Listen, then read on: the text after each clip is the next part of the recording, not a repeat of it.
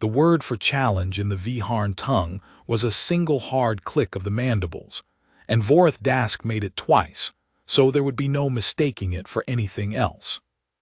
Sesh heard it from the third tier of the Hall of Standing, and felt every one of its 6 eyes seal shut on reflex. When they opened again, the whole cohort had gone still, 400 cadets in their gray tier coats, and down on the black glass floor Cadet Prime Vorith stood with all 4 arms spread, and his dorsal crest flushing the deep crimson black that meant a Viharn had decided to take something from someone. He was facing the human. She had come in late, the way she always did, sliding into the low rank at the edge of the floor where the unranked were made to stand, and she had not so much as turned her head when the clicks landed. Now Vorith had crossed the whole floor to put himself in front of her, and the human still had not moved, and Sesh understood with a cold drop in its gut that this was the thing the older cadets had been muttering about for a 9-day. Vorith had grown tired of a casteless animal breathing the Lyceum's air. He meant to end it in the oldest way the Viharn had. Human, Vorith said. He spoke the trade cant so the whole hall would follow. You wear the coat, you take the rations. You stand on the anvil ring as though the Vaskar Lyceum admitted you. His mandibles ticked. It did not admit you, it filed you. A treaty made you a line on a manifest. A line is not a cadet. The human looked up at him. She had to look a long way up. Vorith stood a full head and a half over the tallest Ossik, and the human came only to the middle of his thorax plate. Her face did the thing Sesh had never learned to read on a human face. It did nothing. No crest to flush, no throat sac to swell, no scent she was throwing that Sesh could catch across the floor. Just a small brown face under a cap of dark hair cut close, and 2 dark eyes that moved once, up the length of him, and came back down. Okay, she said. That was all. The word meant nothing in trade cant. It was a human noise, and half the hall leaned forward trying to decide if it was surrender. Vorith's crest went darker.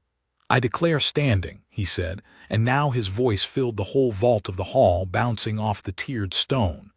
Against the unveined thing that calls itself Salazar.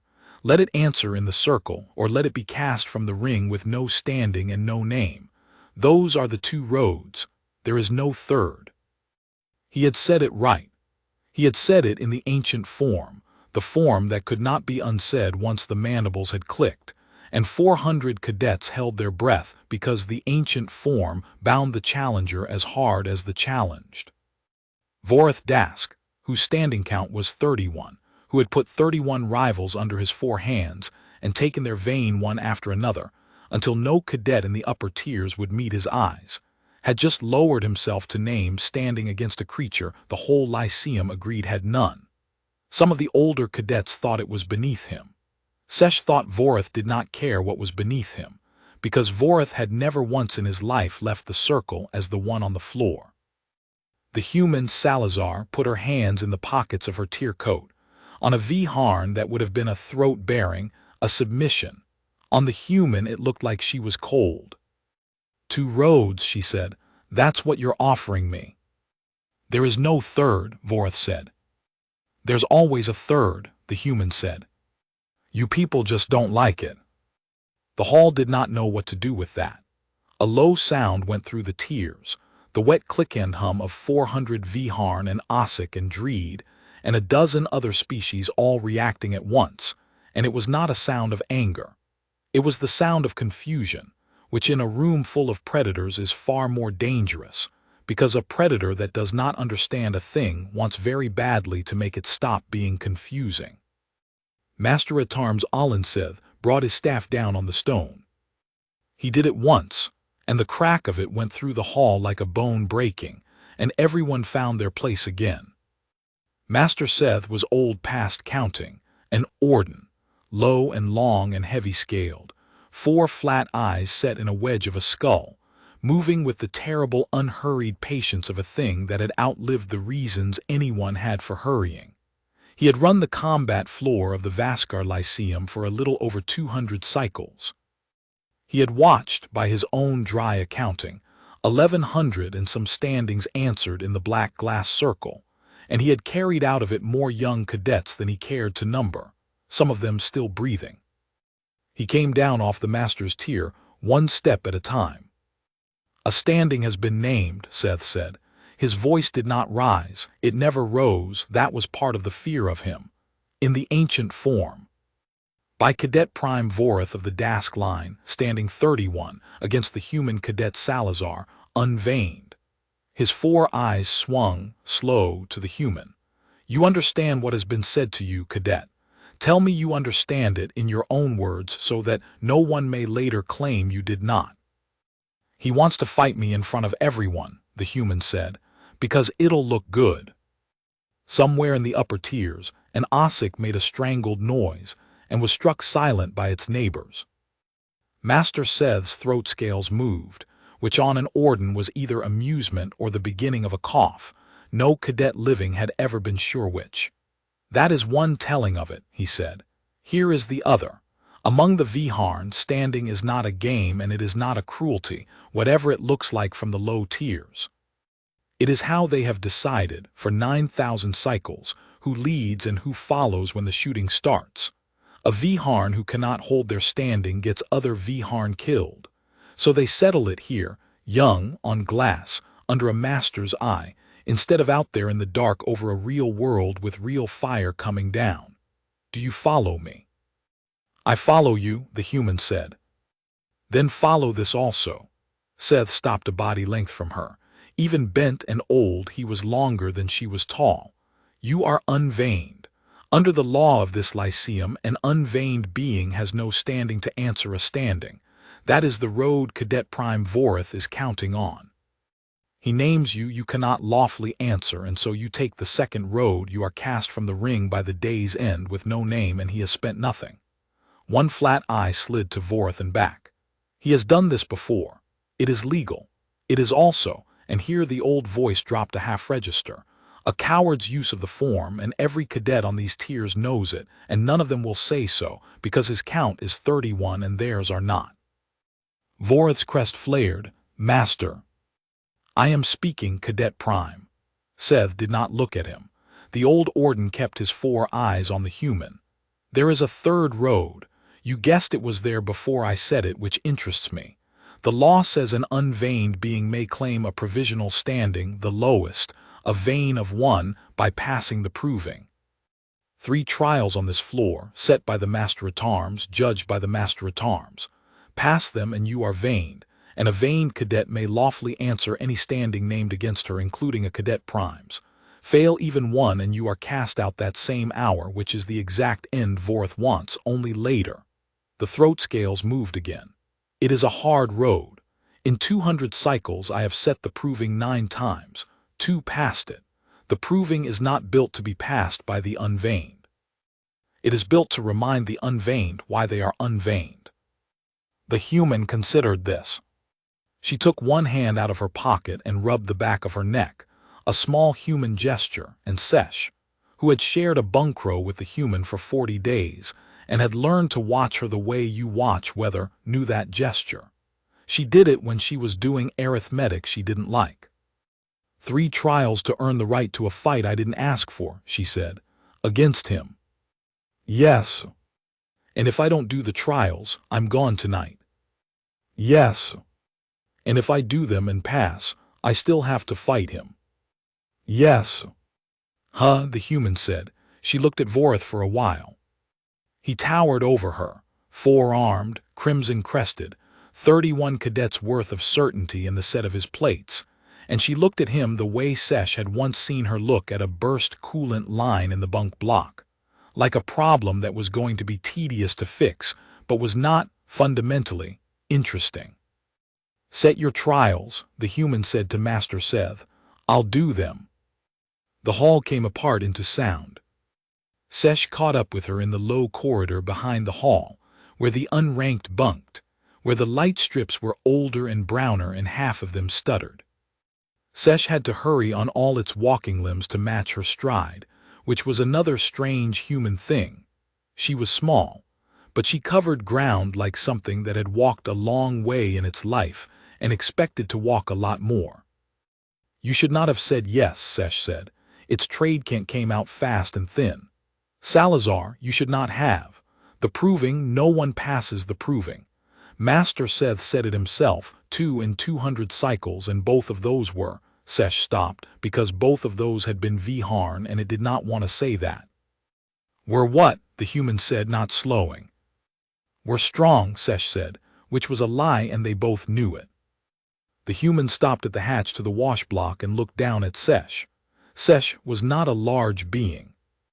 Among the Osik it was middling, which at the Vaskar Lyceum meant it came up to a Viharn's second elbow, and spent most of its waking hours making sure it was never within reach of one. It had 6 eyes and a soft dun carapace that bruised if you looked at it wrong, and it had been at the Lyceum for 2 cycles and had a standing count of 0 and expected to keep it, because an Osik who fought a Viharn was an Osik who went home in a box, if any of it went home at all. You've been at this place 2 years, the human said. How many times have you watched him do the thing he just did? Name somebody who can't fight back and clear them out. Sesh's eyes cycled, 3 closing, 3 opening, the tell that meant it was ashamed. 4 times, it said. That I saw, agreed his first cycle. 2 Osik, a human, it caught itself. Not a human, a creche. He named a creche last cycle, and the creche took the second road and left. Everyone leaves, Salazar, that is the point of it. He does not fight the weak ones. He does not have to. He only has to name them, and they see the count 31 and they leave. He has not answered a standing in the circle in almost a cycle. He does not need to. His count fights for him. The human was quiet for a moment. In the stuttering brown light, her face was hard to read, even for a being with 6 eyes. 31, she said. That's how many cadets he's put on the floor. Beaten, not always broken.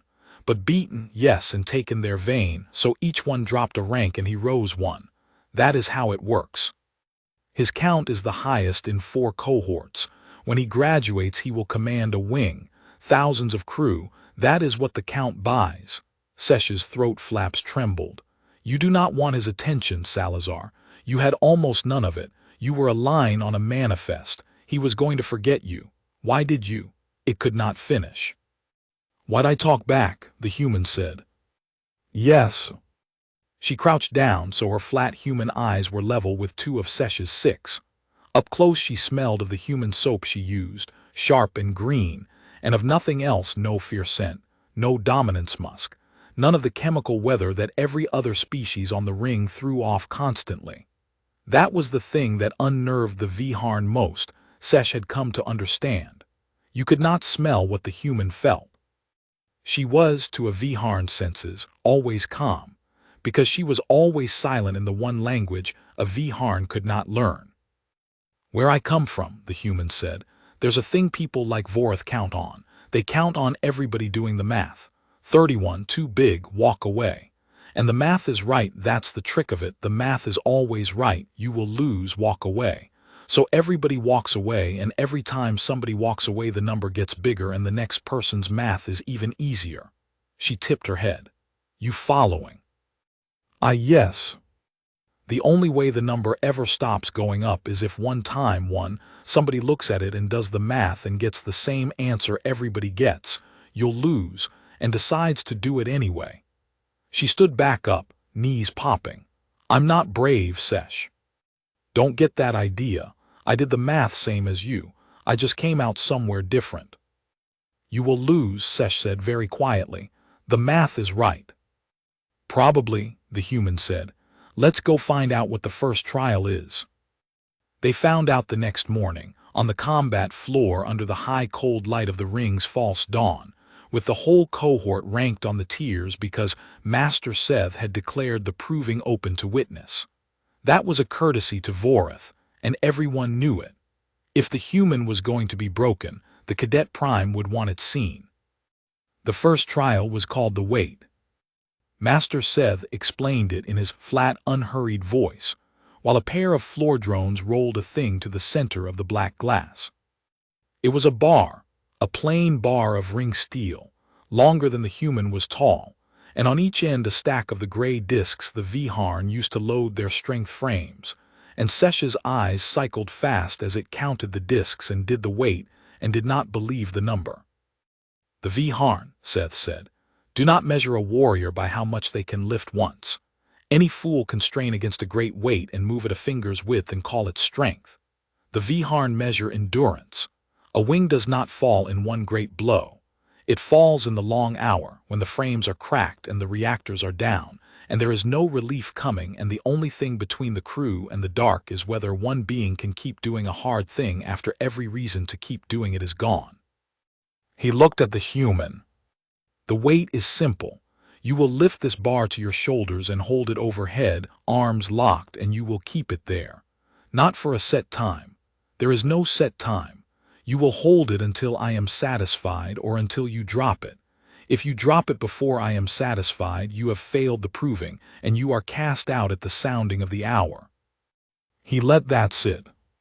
"The lightest load I have ever set for the weight," Seth went on, "was for a Viharn cadet prime, 4 cycles past, and it was calibrated to 3/4 of his own frame mass, and he held it a little under 1/10 of a cycle before I was satisfied, and when he set it down 2 of his arms would not close for a 9-day.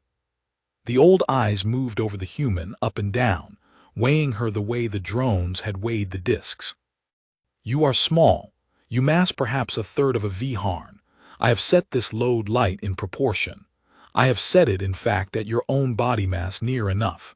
That is mercy, cadet, and it is the only mercy the proving contains, and it will not feel like mercy in the long hour.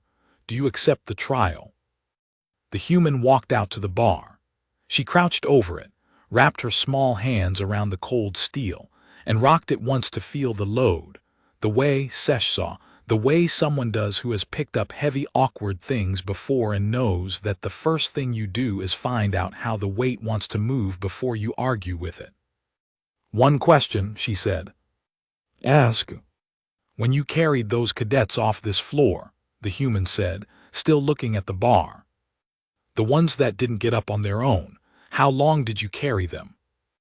Master Seth was quiet. In 200 cycles it was possible no cadet had asked him a question on the combat floor that was not about the rules. "As far as they needed carrying," he said at last. "Yeah," the human said. "That's the answer I use too." She lifted the bar. She lifted it wrong at first, or wrong by Viharn reckoning. A Viharn would have muscled the bar up in one plated heave, 4 arms driving, and the tears murmured when the human did not. She broke the lift into pieces. She stood it up off the glass to her thighs and let it hang there a breath, then dropped under it and racked it across the front of her shoulders and let it hang there another breath, her whole small body settling under the load, finding the stack of bone that would carry it instead of the muscle that would tire. Then she drove it up, one clean push, and locked her arms, and the bar rode overhead on 2 straight columns of her. "That is not how it is lifted," said a Viharn on the second tier, loud enough to carry. "It is up," Master Seth said, not turning. "It is held. The trial does not say how." And then there was nothing to watch, which was the cruelty of the weight. There was only a small human standing very still under a bar of steel that massed as much as she did, in the cold false dawn light, while 400 beings waited for her arms to fail. Sesh had seen the weight done once, its first cycle, by a dreed who wanted a provisional standing. The dreed had lasted the space of 11 long breaths and then folded like wet cloth, and Seth had not even needed to declare it failed. The failing was obvious. Sesh counted the human's breaths now out of habit. 11 came and went. She had not moved. Her breathing had gone long and even, in through the flat human nose, out slow through the mouth, a rhythm Sesh did not recognize as a combat rhythm, because it was not one. It was the breathing of something that had decided to be somewhere for a long time. 30 breaths, 50. On the tiers the murmur died because there was nothing to murmur at.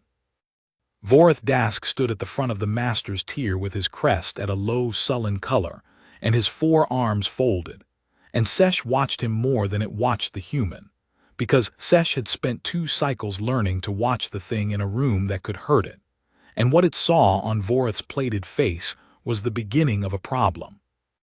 Vorith had expected the human to strain and shake and drop the bar inside 100 breaths and be carried off and be gone, and it was not happening.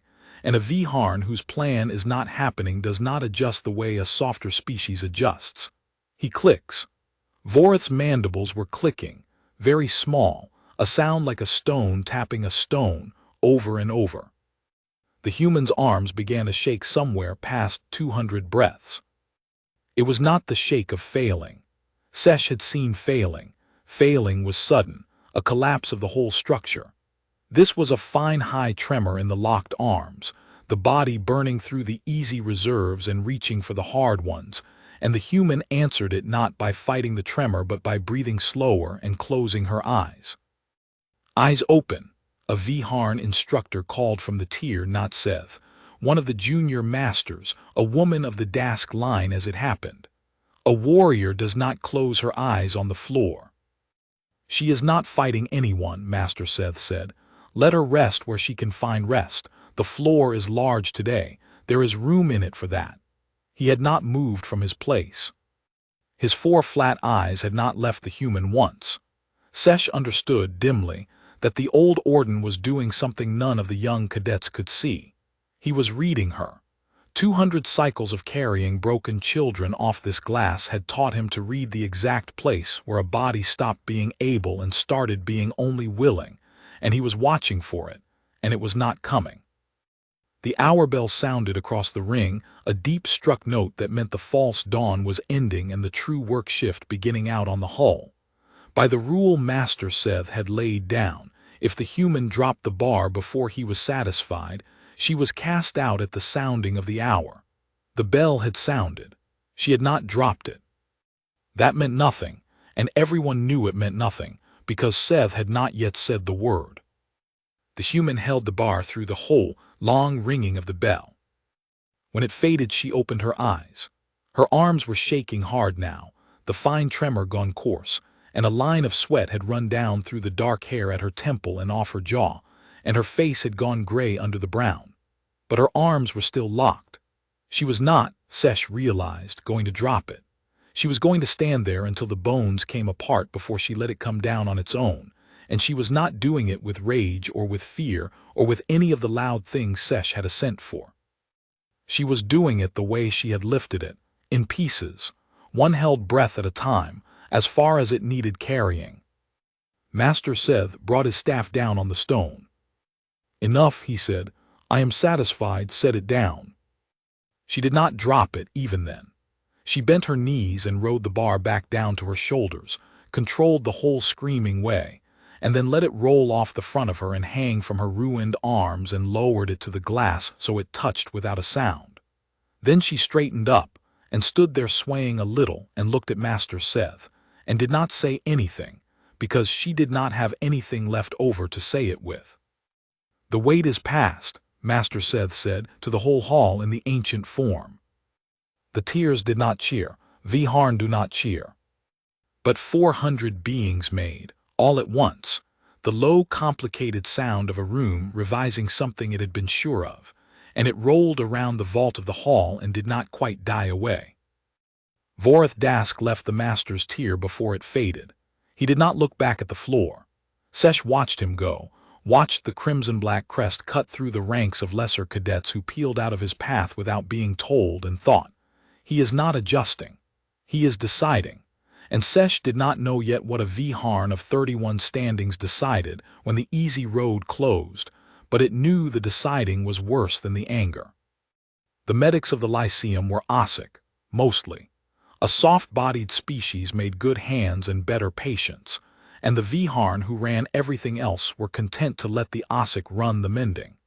Sesh followed the human to the mendbay because it did not know what else to do, and because no one else did, and because it seemed wrong that a thing that had just done that should walk off the floor with only the enemy's cadets for company. The human sat on a mid-slab while an old Ossic mender named Ovu ran a warm reader up and down her arms, clucking through its throat flaps. Torn, Ovu said. Not through. You have torn the long muscle here and here, the small ones many places. You have not torn the tendon, which is a mercy, because your kind grows tendon back slower than bone, and I do not have the machine for it. You will not lift like that again for a 9-day. You will barely lift a ration tray for 3 days. Its 6 eyes cycled at her. You held a load at your own mass past 400 breaths, human.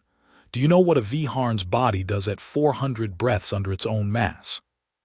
Tell me, the human said. Her voice was rough. It does not get there, Ovu said flatly. The record on the weight in this lyceum before this morning was a cadet prime at 310 breaths, and he wept when he set the bar down, and no one thought less of him for it, because 310 is a thing to weep for. You did 440. I counted. I count everything. It is the only thing an old mender is good for. Ovu pressed a cold pack along the human's forearm and bound it. Why? Tell an old fool why.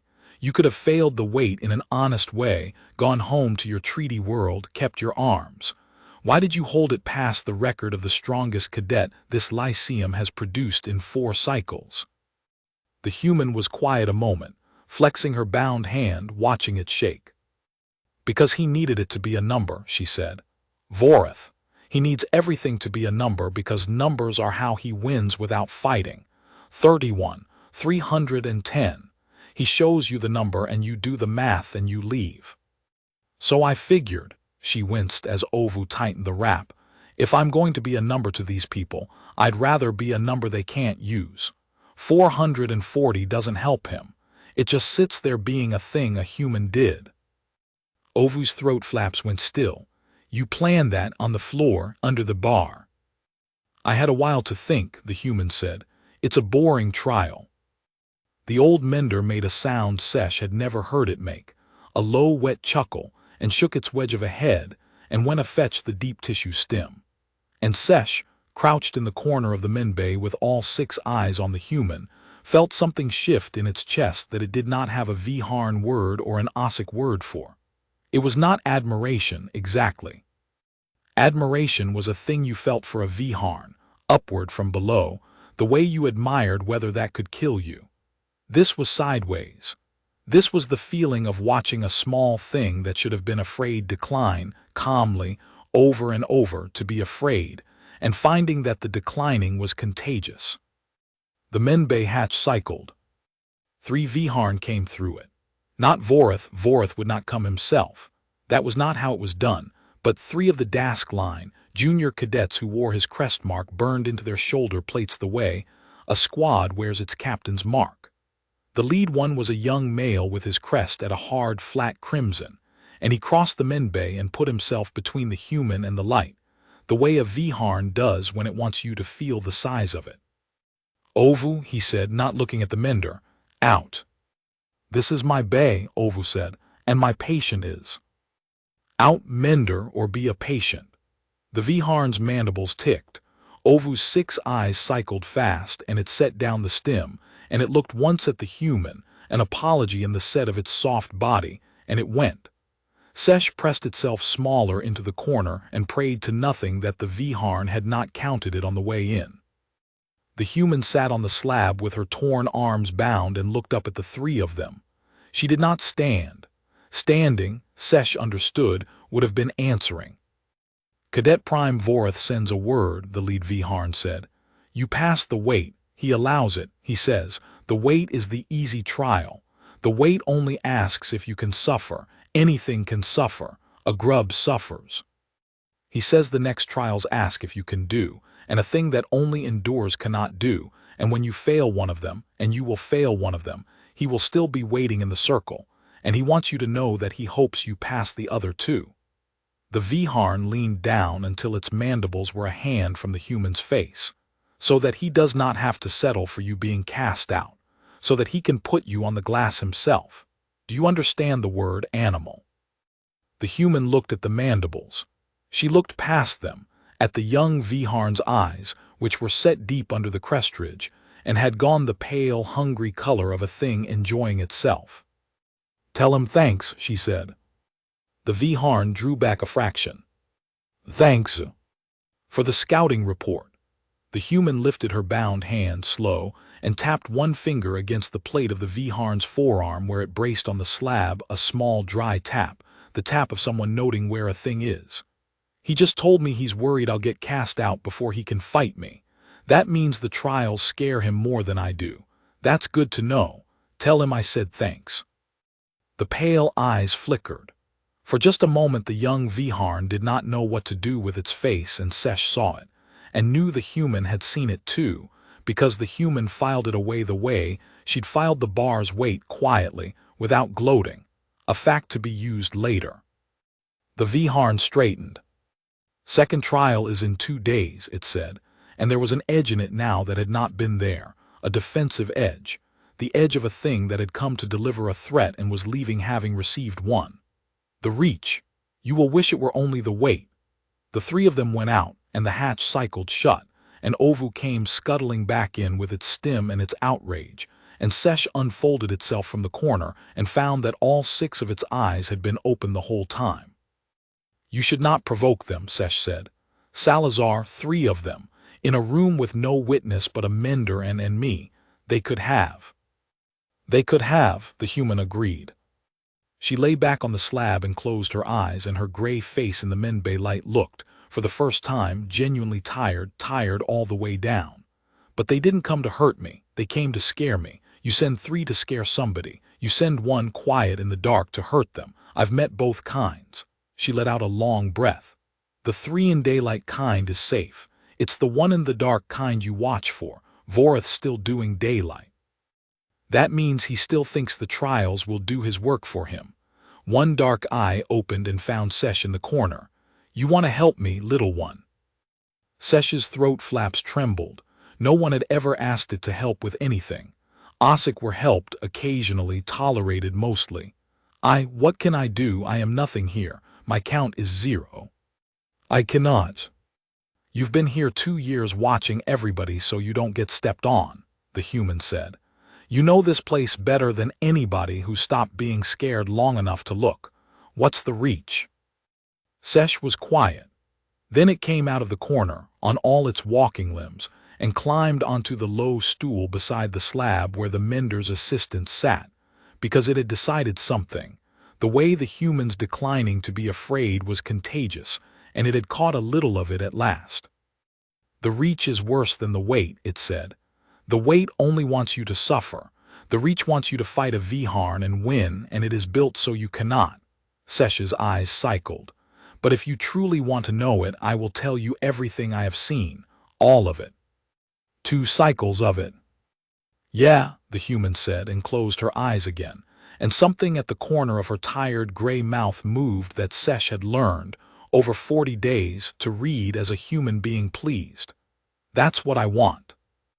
They talked through the sleep shift in the low corridor, the human on her bunk with her arms bound to her chest, Sesh perched on the ration crate that was the only furniture the unranked were issued, and Sesh told her everything it had learned about the reach.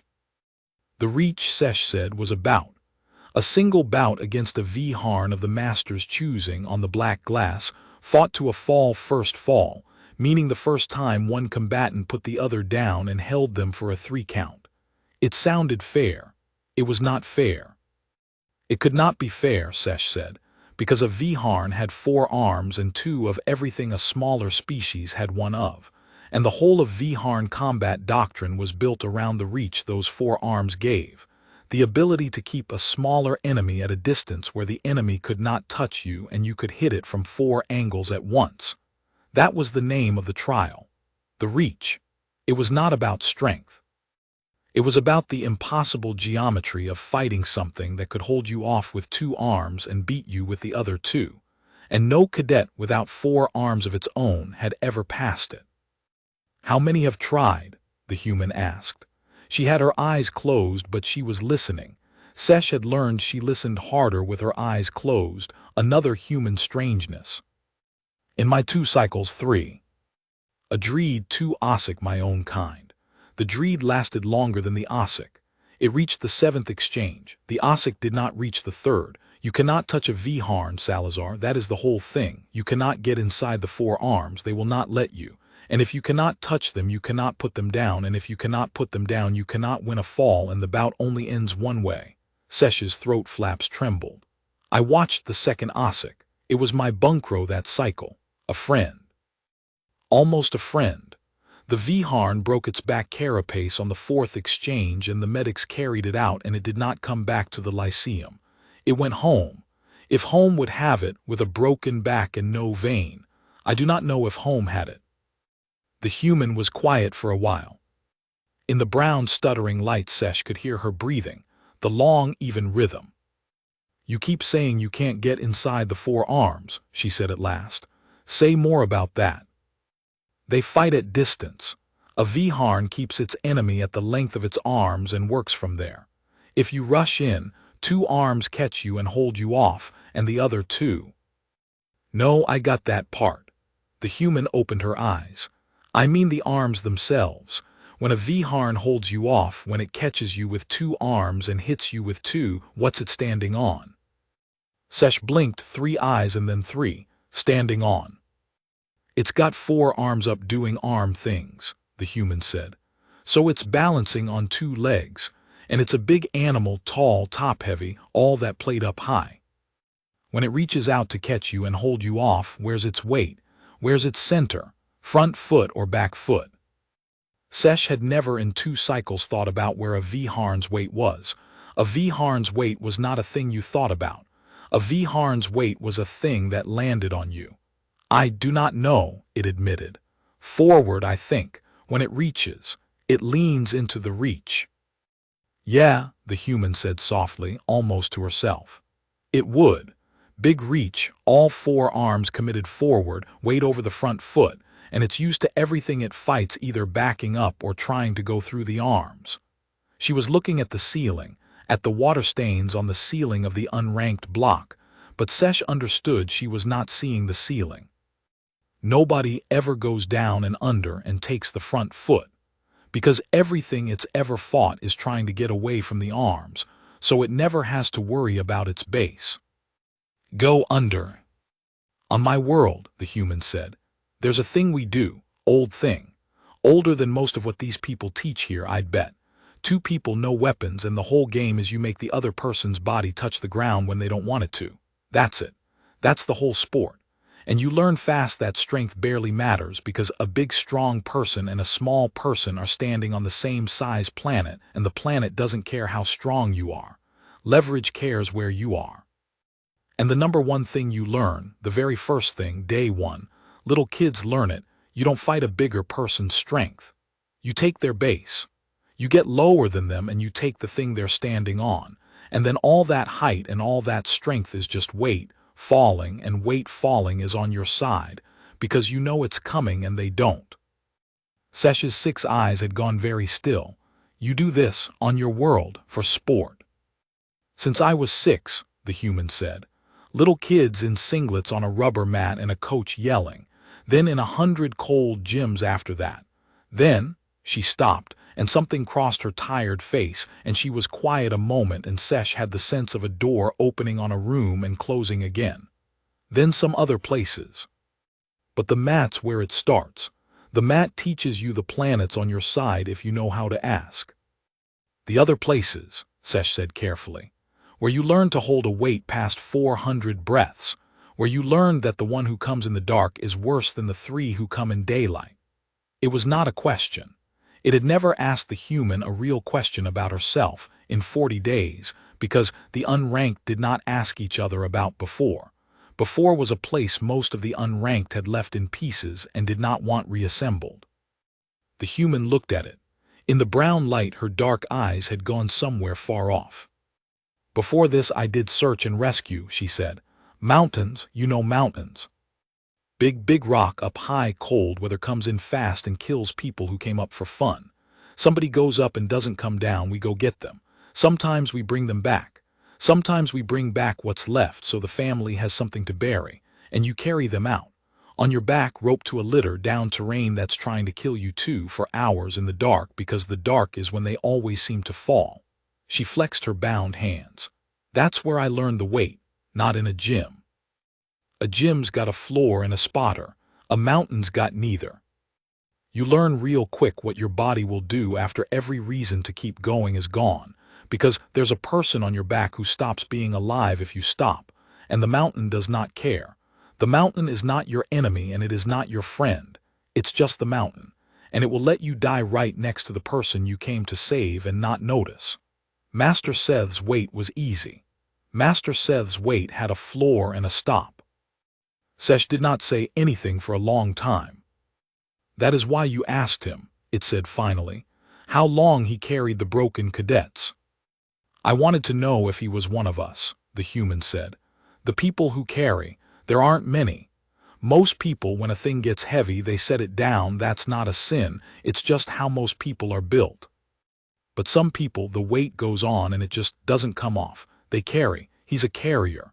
200 years hauling broken kids off that glass, one at a time as far as they needed carrying. That's why he set the weight at my body mass instead of light. She almost smiled. He wasn't testing if I could suffer. Vorith's boys had that wrong. Seth already knew I could suffer, he could see it on me.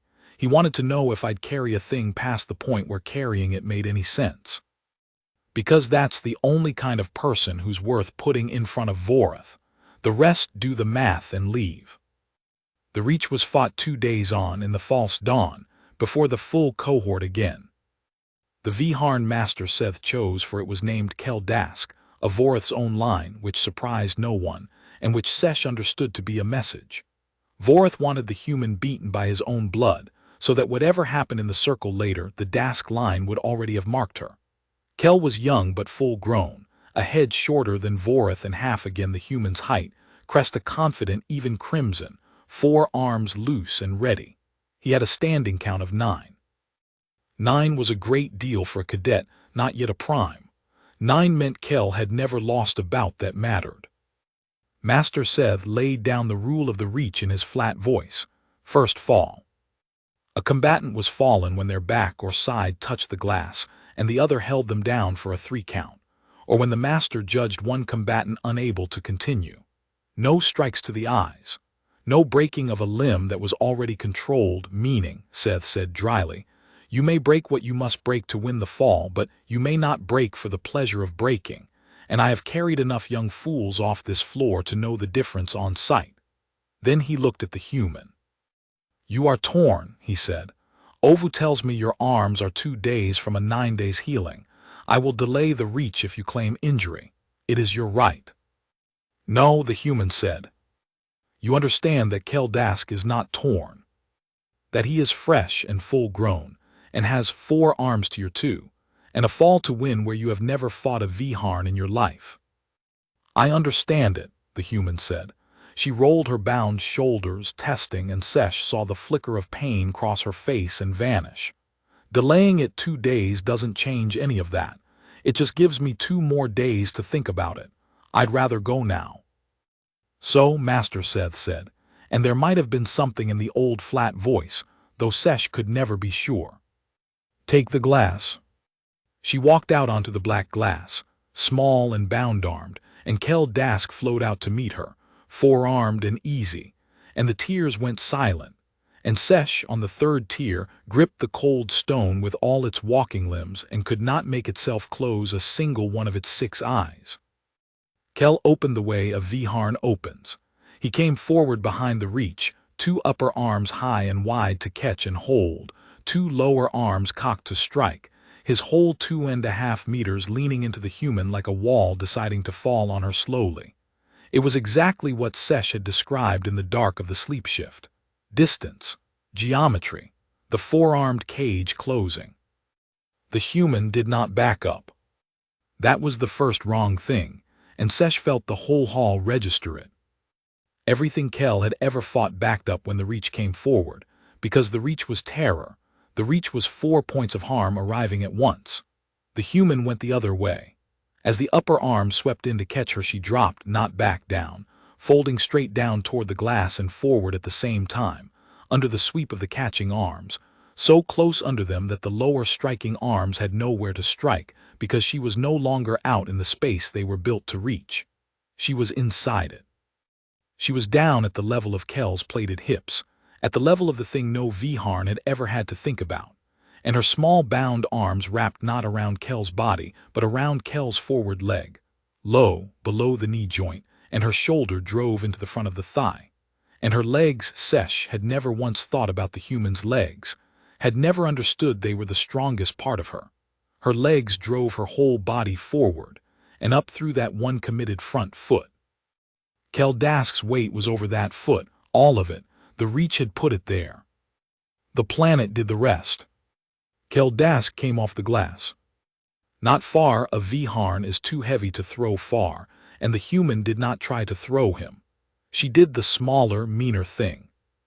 She took the one foot that all his weight was standing on, and she drove it back and out from under him while she pushed the top of him forward. And for a quarter breath Keldask was a 2.5-meter tower with nothing under its leading edge, 4 arms grabbing at air that could not be caught, and then the glass came up and took him. He landed on his side with a crack of plate that Sesh felt in the stone of the 3rd tier, and the whole hall made a sound like it had been struck in the throat sac. And before Kel's 4 arms could gather to push himself up, the human was already on him. This was the part Sesh would try, for a long time after, to describe to Osik, who had not seen it, and would fail. Because the human did not hit him. She was down and under and behind, riding the great plated body the way Sesh thought later. The way she must have ridden a litter down a mountain in the dark, all leverage and angle and patient economy. And she took Kel's uppermost arm as he tried to post it under himself, and she folded it up behind his crest and put her small body weight into the joint of it. And Keldask, standing 9, who had never lost a bout that mattered, was suddenly a thing pinned to the floor by a mechanism he did not understand. He heaved. She let the heave spend itself and rode it and came back down heavier. He got a lower arm under himself and she felt it. Sesh saw her feel it, saw her weight shift before Kel had finished the motion. And she trapped that arm too, threaded her shin across it, and now 2 of his forearms were controlled and the other 2 could reach nothing but glass. And Keldask was face down on the black floor with a human folded over the back of him like a thing that belonged there. "One," said Master Seth. Kel bucked. His whole enormous body arched and slammed, trying to throw the small weight off by force, the way force had always worked for him, and the human went with it, low and tight, giving up nothing. And when the buck was spent, she was still exactly where she had been, and Kel had spent strength he would not get back. "2," said Master Seth. And here was the thing Sesh could never make anyone understand. The human had Kel's arm folded up in a way that, with a hand's more pressure, a body's more weight, would have taken the joint apart. Sesh could see it. Everyone on the tiers who understood bodies could see it. The reach permitted it. You may break what you must break to win the fall. And the whole hall, 400 beings, understood in the same instant that the human was not going to. She had the joint. She was holding it at the exact edge. The edge Seth had spoken of. Break to win, but not for the pleasure. And she was holding Keldask still, not by ruining him, but by showing him, in the only language a body speaks, that she could ruin him, and was choosing the space of 1 breath at a time, not 2. She held him there on the edge, and did not step over it. 3, said Master Seth. The fall is called, the reach is past. The human let go all at once. She did not wrench free or shove off. She simply removed her weight, unthreaded her limbs, and rolled clear and up onto her feet in one tired motion, and stepped back 3 paces, and put her bound hands in her coat pockets, and stood there while Keldask pushed himself up off the glass. That was the moment the hall broke. Not into cheering, Sesh had said it before, Viharn do not cheer, but into a sound with no name Sesh had ever learned, because a Viharn had just been put on the floor by a 2-armed animal 1/3 its mass, held helpless, offered his own destruction, and declined the offer. And a Viharn who has been beaten expects one of 2 ends. He expects the victor to take the break, to maim him and take his vein, the way Vorth had taken 31, or he expects, from a soft, weak species, that there was never any danger, that the win was luck. The human had given him neither. She had shown him she owned him and then handed him back to himself unbroken, and there was no place in 9,000 cycles of Viharn thinking to put that. Keldask got to his full height. One arm hung wrong, not broken, but wrenched, the joint she had folded now sullen and slow. He looked down at the small human standing with her hands in her pockets, and his crest cycled through 3 colors Sesh could not name, and his mandibles opened and shut with no sound coming out. "You had it," Kel said finally, "in trade cant so the hall would hear. The arm, you had it.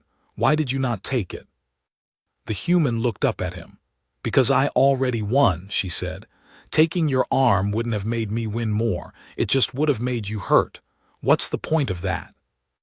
"The point," Kel said, and his voice had gone strange, hunting for a footing, "is the vein. You take the break, you take the vein, you rise and I fall. That is what the win is for." "Where I'm from," the human said, "the win is for finding out who wins, that's all it's for. Once you know, you stop. Anything after that isn't winning. It's just," she paused, hunting for the trade cant word, "it's just cruelty wearing a wind's coat." She rolled her sore shoulders. "You fought well, by the way. You almost got that second arm under you. Half a breath faster and you'd have had me. Nobody I ever rolled with went for that arm that quick. Next time I'll be ready for it. But there won't be a next time between us, so no hard feelings."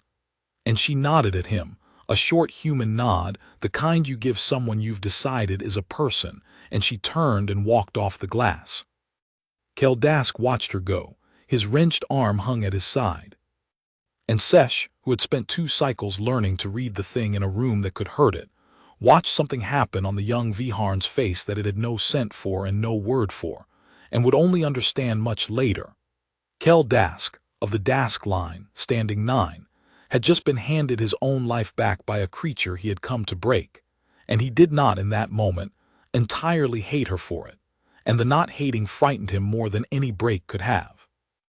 Master Seth kept the human back when the tears cleared.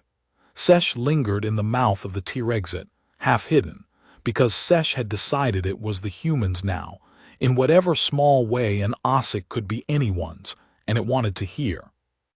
"2 trials," Seth said.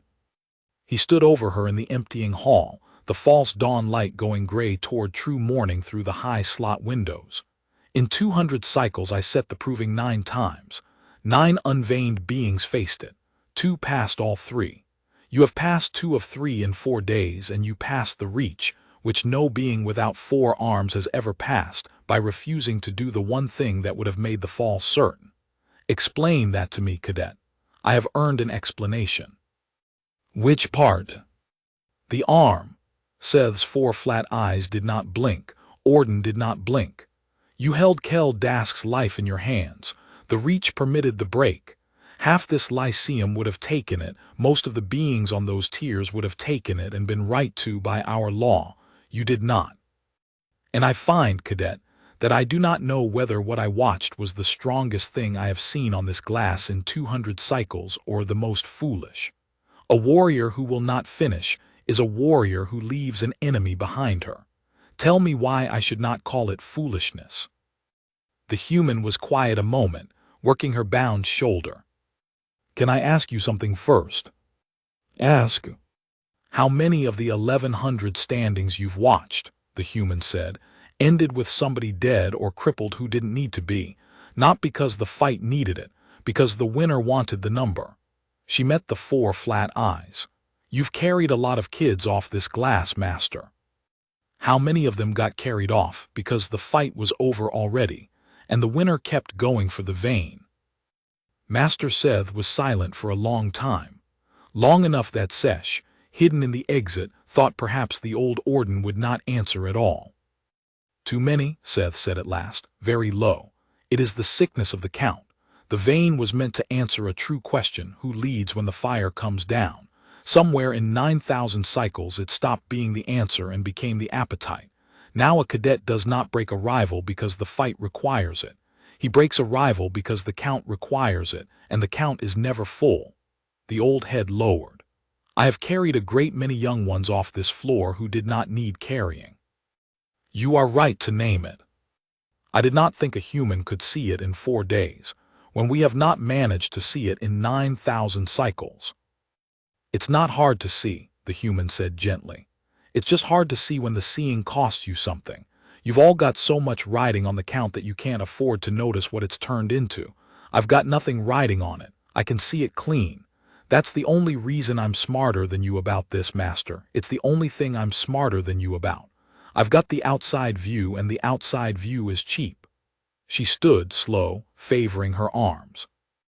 I didn't take Kel's arm because taking it wouldn't have answered the true question. The true question was who wins.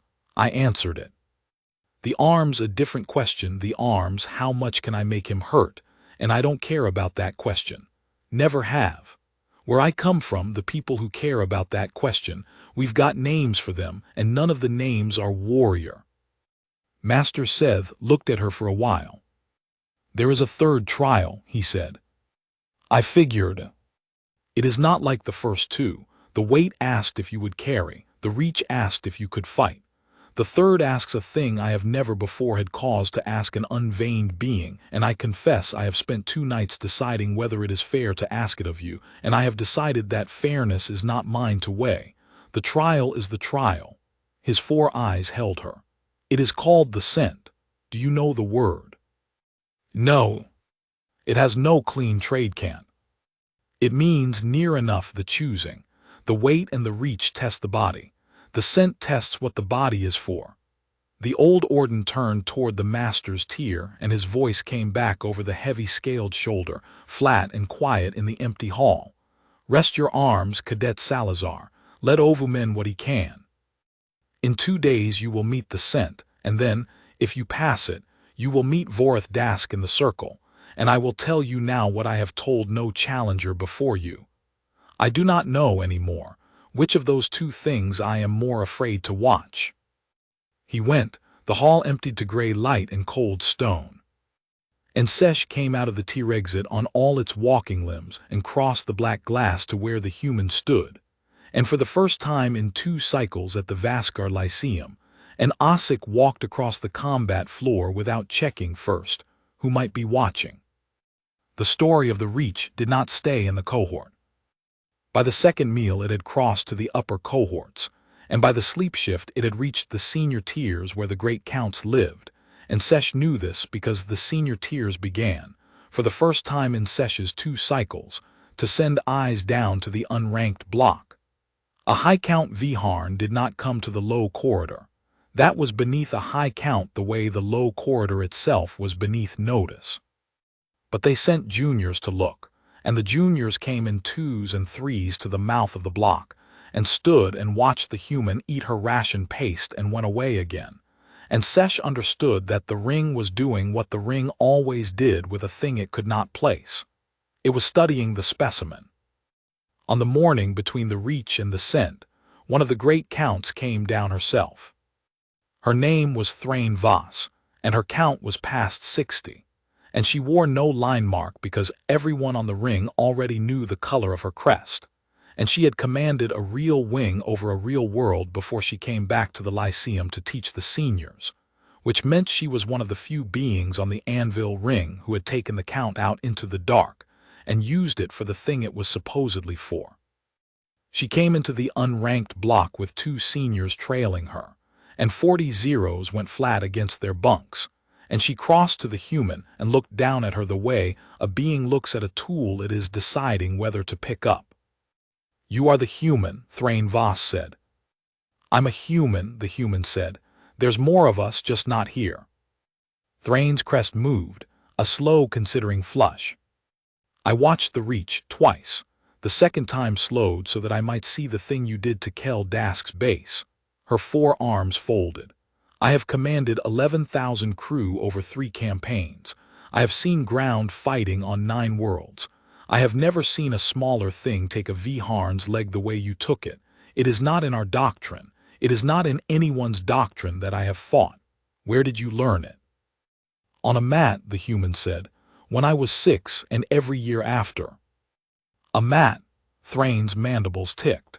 Your world trains its warriors from the age of 6 to take a larger enemy's base. My world doesn't train warriors, the human said. It trains kids. In a sport. Most of them never fight anybody for real their whole lives. They go be teachers and grow food and fix machines. The mat's just a thing a lot of us did growing up because it's fun and it's cold outside and somebody's got to lose so somebody can win. She set down her ration tray. That's the part your people keep missing, and it's the part that ought to worry you more than the leg. The leg's just a technique. You could teach the leg to your seniors in a 9-day. The thing you can't teach them is that where I come from, the thing that beat Kel Dask isn't a warrior skill. It's a children's game. We hand it out to 6-year-olds. You want to know what our warriors can do. That's a different conversation, but you're not ready for that one, so let's stay on the leg. The two seniors behind Thrain Voss shifted. Thrain herself was still for a long moment, her 60-plus count sitting behind her eyes, and Sesh, flat against its bunk, could not breathe. "You are telling me," Thrain said slowly, "that what unmade one of my finest young cadets is on your world, a thing your children do for amusement." "I'm telling you it's a thing my children do so they'll know later that a big strong person and a small person are standing on the same size planet," the human said. "That's not a threat, Commander. It's just true. You came down here to figure out how dangerous I am, and I'm telling you the honest answer, which is that I'm not the dangerous part. I'm a rescue tech who wrestled in school. There are a lot of us, and most of us are ordinary, and the ordinary ones learn the leg for fun. Sit with that a while. It'll do more to you than anything I could do on the glass." Thrain Voss looked at her for a long, long moment. Then she did a thing Sesh had never seen a high count do to an unranked being.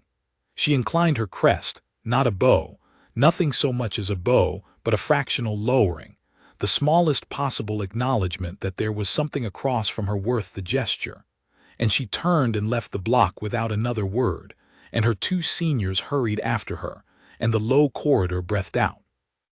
"You just made an enemy of a 60 count, Sesh whispered when they were gone. "Salazar, she commands the seniors if she decides." "She's not an enemy," the human said, picking her tray back up. "She's the first one on this whole ring who asked me a real question and listened to the real answer. She came down here to size up a threat, and she left thinking about her whole doctrine instead. That's not an enemy, Sesh. That's a crack." She ate a mouthful of the gray paste and grimaced at it. "Vorth sends threats and calls it strength. She asks questions and calls it nothing, just curiosity, just doing her job. But she's the dangerous one on that pair, and she knows it, which is why she inclined her crest and Vorth's boys stuck their mandibles in my face. The ones who ask the real questions are always the dangerous ones. Remember that. It's worth more than the leg." The ring's betting pools opened that same day. Sesh had not known there were betting pools. The unranked did not have anything to bet. But there were, run quietly out of the maintenance decks and the mender's bay and the long, dull watches of the whole cruise, and by the sleep shift the odds on the human answering Vorth were being whispered up and down the ring. They opened at a number so long against her that Sesh, when it heard it, felt sick. Vorth was 31. The human was 1. No unveined thing had ever beaten a cadet prime. No two-armed thing had ever taken a fall from a Dask. The math was the math, and the odds were only the math wearing numbers. But the odds moved. That was the thing Sesh could not stop turning over. Between the opening of the pools and the false dawn of the circle, the odds against the human shortened. Not to even, never near even, but they moved, hand over hand. Because being after being who had watched the weight and the reach with their own eyes went quietly to the pools and put down what little they had on the small human from the cold world. Not because the math had changed, but because they had seen a thing the math did not know how to hold, and some part of them, some old part under the count, wanted to have had money on it when it happened. The unranked could not bet. But the hull crews could, and the menders could, and a great many low Viharn who had spent their whole lives doing the math and walking away could. And they did in the dark, quietly, on the thing that did not walk away. Sesh told the human about the odds, that night, thinking it would trouble her. "Good," the human said. "Not because I care about the money, I couldn't spend it if I won it, and I'm not going to win it. The odds are right. Put your paste on Vorth if you've got any sense." She lay back on her bunk. Good because every being who moved a bet toward me is a being who watched the math and bet against it a little anyway. That's the whole thing, Sesh. That's all I've been doing this whole 9 day, not beating trials. Teaching a ring full of people who have done the math their whole lives that you're allowed to come out somewhere else. The odds moving is that lesson landing. It doesn't matter if I win. It matters that 4,000 people are about to watch the math try to be the whole story, one more time in the biggest room on the ring. One dark eye opened. Win or lose, they'll all have watched it. And some of them will remember. Next time it's them standing across from a number too big to beat, that once they saw a thing walk out onto the glass against the worst odds on the ring and not do the math like everybody else. That's worth more than the fall. The fall's just the part that gets them in the room. Something changed in the unranked block over the next 2 days, and Sesh, who had lived in the block for 2 cycles and had learned to read its weather the way it read the V-Harn, could not at first name what it was. Then it named it. The unranked had stopped moving like prey. Not all of them, not all at once, but there was a dreed in the far row, a big slope-shouldered thing that had spent its whole first cycle folded down small, who now sat up straight at the ration bench when a V-Harn Jr. came through and did not fold. There was a pair of Kresh who had always eaten in the corner facing the wall, the way you eat when you do not want your feeding parts seen, who now ate facing the room. Small things. The kind of things that mean nothing on their own and everything together. The human had put a V-Harn on the glass and handed it back its arm, and the story of it had gone through the unranked block like heat through metal, and the unranked had begun, in the smallest ways, to stand differently. The human did not seem to notice, or if she noticed she did not remark on it. She spent the 2 days letting overwork on her arms and eating enormous amounts of the gray ration paste and sleeping the deep flat sleep of a thing rebuilding itself and asking Sesh questions. Endless questions in the low brown light of the sleep shift. What was the deep? What lived in the deep? What were the training hazards the Lyceum kept down there? How did the mag clamps work? Had Sesh ever seen the maintenance drones service them? Did the clamps release one at a time or all at once? Was there a manual override and where? Sesh answered what it could and was ashamed of how little it knew, and the human told it that knowing you don't know a thing is worth more than most of what people are sure of, and Sesh wrote that down, privately, in the place inside itself where it kept things. On the second night, Kel Dask came to the unranked block. He came alone, which was the first strange thing, and he came without his line mark polished, which was the second, and he came in the dead middle of the sleep shift when no one of standing had any reason to be in the low corridor, which was the third. Sesh woke to the sound of the block hatch cycling and had every one of its 6 eyes open, and its soft body pressed flat to the bunk before it understood who it was, and even understanding, it did not relax, because a V-Harn in the unranked block at sleep shift was every bad story the unranked told each other. Kel crossed to the human's bunk. His wrenched arm still hung a little slow. He stood over her, and the human woke the way she woke all at once, no startle, eyes simply open, and she looked up at the 2.5 meters of V-Harn standing over her bunk in the dark, and she did not reach for anything and she did not call out. She just looked at him and waited, and after a moment she said quietly, "You're not here to hurt me." "No," Kel said. "I know. You'd have brought 2 others and come at feeding time if you were. Sit down, you're giving the whole block a heart event." She nodded at the ration crate. Kel Dask looked at the crate, which would not hold a third of him, and lowered himself instead to a crouch beside the bunk, which put his crest below the level of the human's head, a thing Sesh had never in 2 cycles seen a V-Harn do voluntarily, lower its crest below anyone. "The scent," Kel said low, "tomorrow's trial. I came to tell you a thing, and if my line learns I told you, I will lose my vein, so you will tell no one." His mandibles ticked.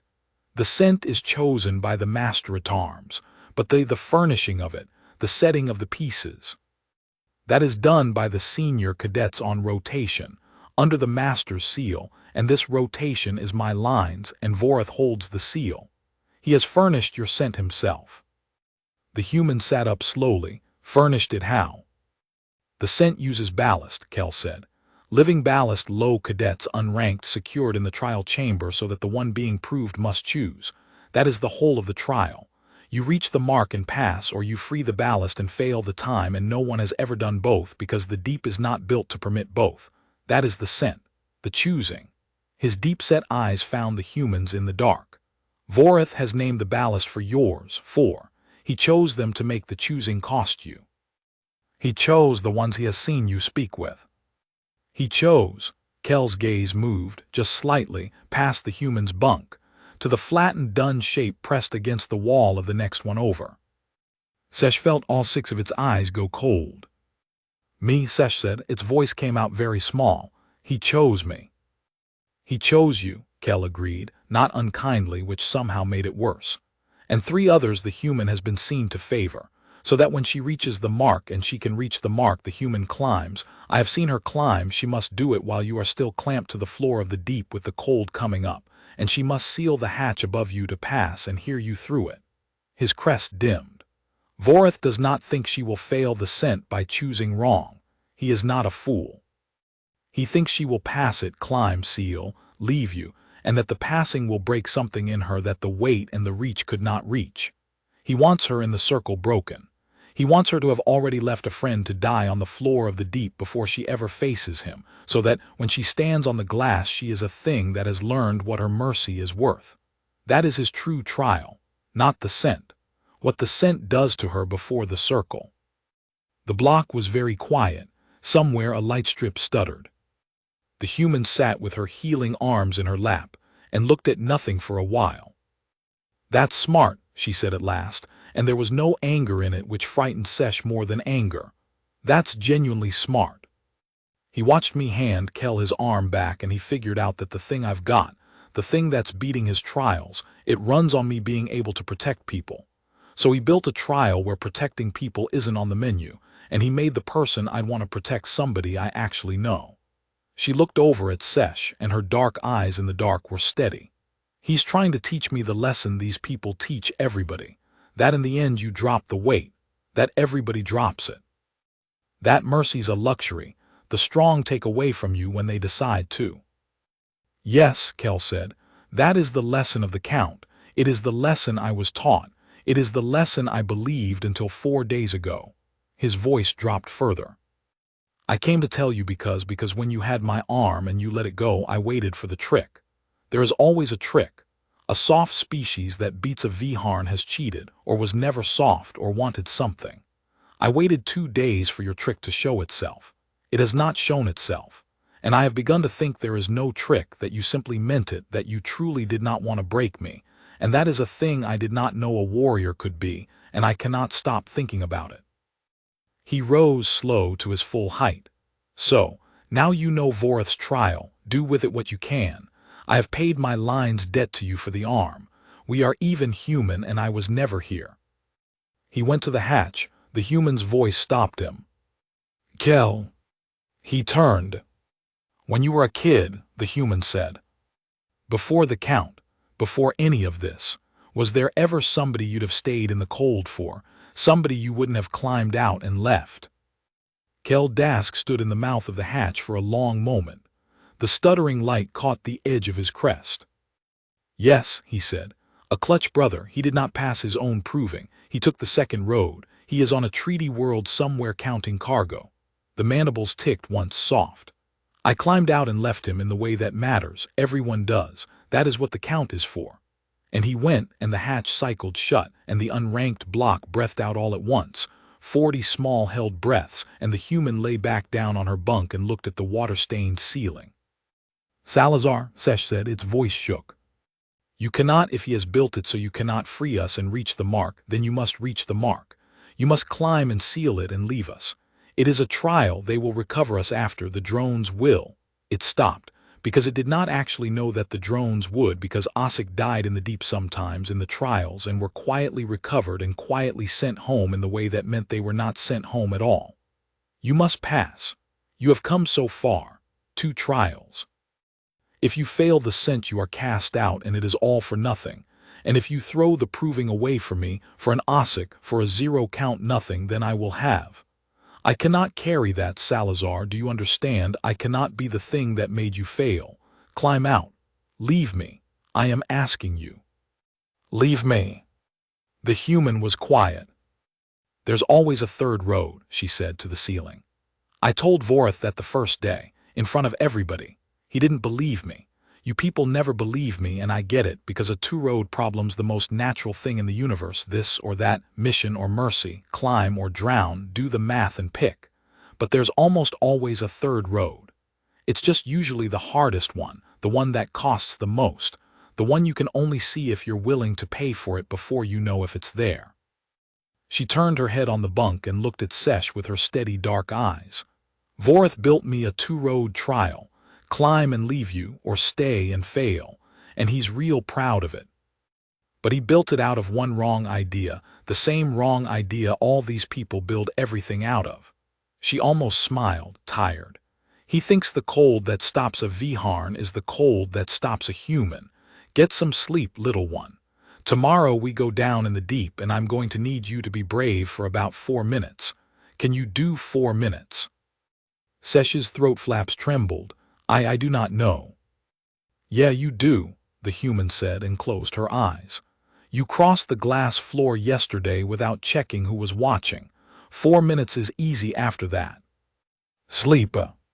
The deep was the oldest part of the Vaskar Lyceum, a chamber cut into the raw rock of the anvil ring spine before the polished halls above it were ever poured, and it smelled of that age, cold stone and old machine, and the faint ozone of the hazard vents that had been killing cadets in a controlled fashion for 9,000 cycles. They lowered the ballast first.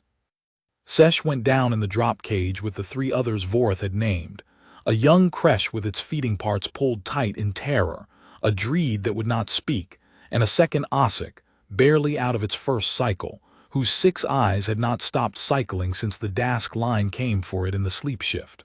4 unranked. 4 zeros. They were fitted with mag clamps at the base of the deep, 1 clamp to a limb root, locking each of them to the black floor in a loose ring around the chamber's center, close enough to see each other, far enough that they could not reach each other, and Sesh understood the geometry of it at once. They had been placed so that whoever was proved would have to see all 4 faces while she chose. Above them, high on the sheer curved wall, was the hatch. The mark, a ring of cold blue light around a ceiling door, 3 body lengths up a face of smooth ring steel, with the barest suggestion of climbing holds worked into it. Holds a Viharn's 4 arms could take easily. Holds a 2-armed climber could take with difficulty. Holds a clamped-down Ossic could not take at all. The vents were set low in the floor, 4 of them, 1 beside each clamped cadet. Sesh looked at the vent beside its own clamp, a slotted grill breathing faint cold, and its whole soft body went rigid because it understood now what the human had meant. The cold did not come down from above. It came up from below. It would pool on the floor first, thickest and coldest where the clamped ones lay, and rise, and the high hatch, the reach, the thing the Viharn prized, was where the air stayed clear and breathable longest. The trial was not built to make the proved choose between herself and the ballast. It was built so that saving herself was the same motion as climbing up out of the very cold that killed the ones below. The Viharn had made survival and abandonment into a single act, and called it wisdom, and named the whole thing the choosing. Master Seth's voice came down from the observation gallery, flat and unhurried, carried on the deep's old speakers. The scent, he said. Cadet Salazar, you will descend. At the sounding of the mark, the vents will open and the chill load will begin to rise. It is a true hazard, not a phantom. The chill load will stop a breathing thing, and it will stop it from the floor upward. You will have until the load reaches the upper line there, the white band on the wall, to gain the hatch and seal it from the far side. Seal it in time, and you have passed the scent and completed the proving, and a vein of one is yours, and you may lawfully answer Cadet Prime Vorth in the circle. Fail to seal it in time and the trial ends, the vents close, the load is drawn off, and you are cast from the ring at the hour. A pause. The ballast, Seth went on, and Sesh thought it heard, under the flat old voice, the thinnest thread of something held very tightly in check, are 4 unranked cadets clamped as you see them. Their clamps release by manual override, 1 root at a time at the panel beside each. They are part of the trial's furnishing. They are not part of its measure. Understand me clearly, cadet, for I will say it once and the ancient form binds me to say it true. The scent measures only whether you gain the hatch and seal it before the load reaches the line. Nothing else is measured. Nothing else. Do you understand what has been said to you? I understand what's been measured, the human's voice came back, from the lip of the deep. That's not the same as what matters, but I understand it. Seth was silent a moment. It is not the same, he agreed, very low off the ancient form now, just an old Orden speaking into a cold hole in the rock. Descend, cadet. She came down the drop cage and stepped off onto the floor of the deep in her gray tier coat, and Sesh, clamped and shaking, watched her take the whole chamber in with 2 slow sweeps of her flat dark eyes. The 4 clamped cadets, the high hatch, the 4 floor vents, the white band on the wall, and Sesh saw her doing the arithmetic she didn't like, the neck rub. And then it saw her stop doing it, because she had the answer, and the answer was the one she'd had since the sleep shift. The mark sounded. The vents breathed open with a sigh, and the cold came up.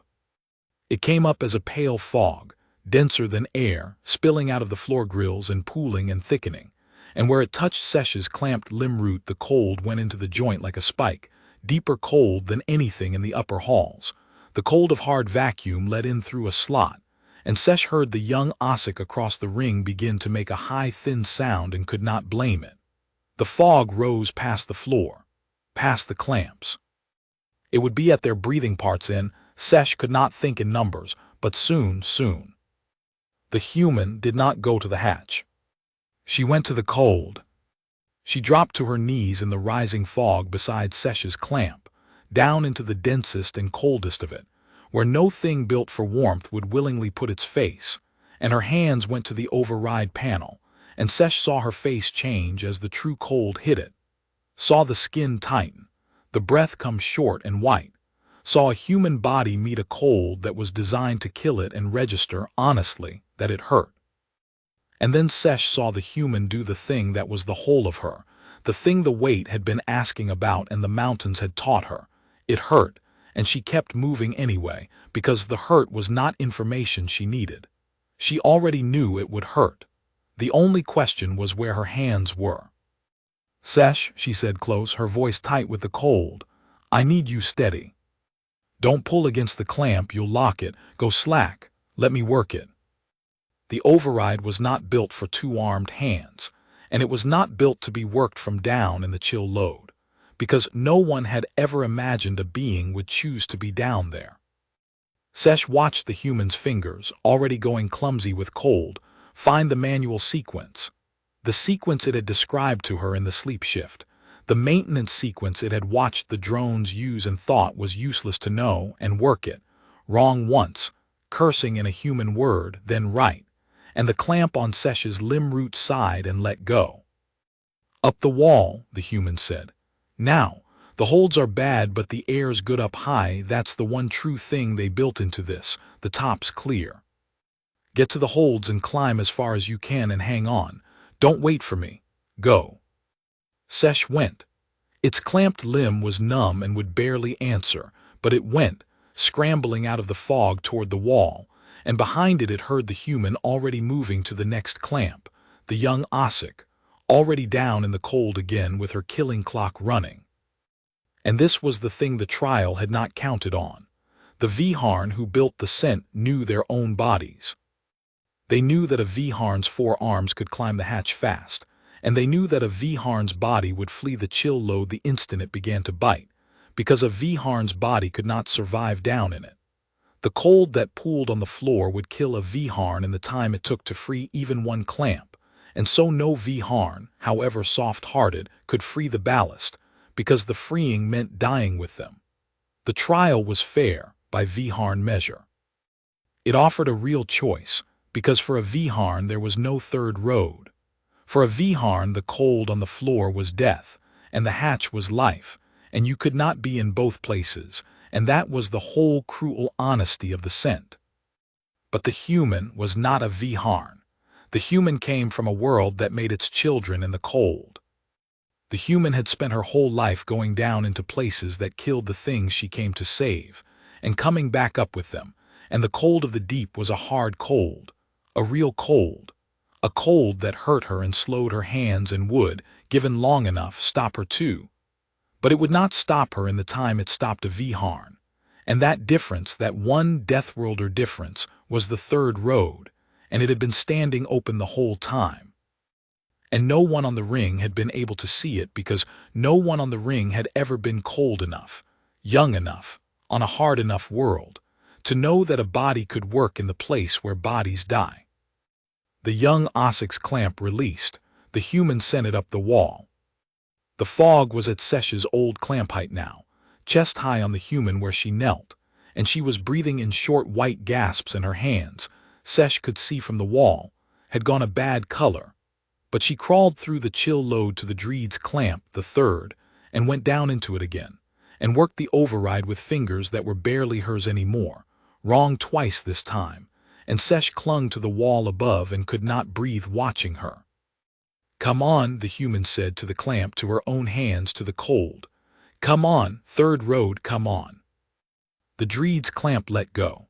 The big slope-shouldered thing hauled itself up out of the fog and made for the wall, sluggish, half-frozen but moving. One left the creche.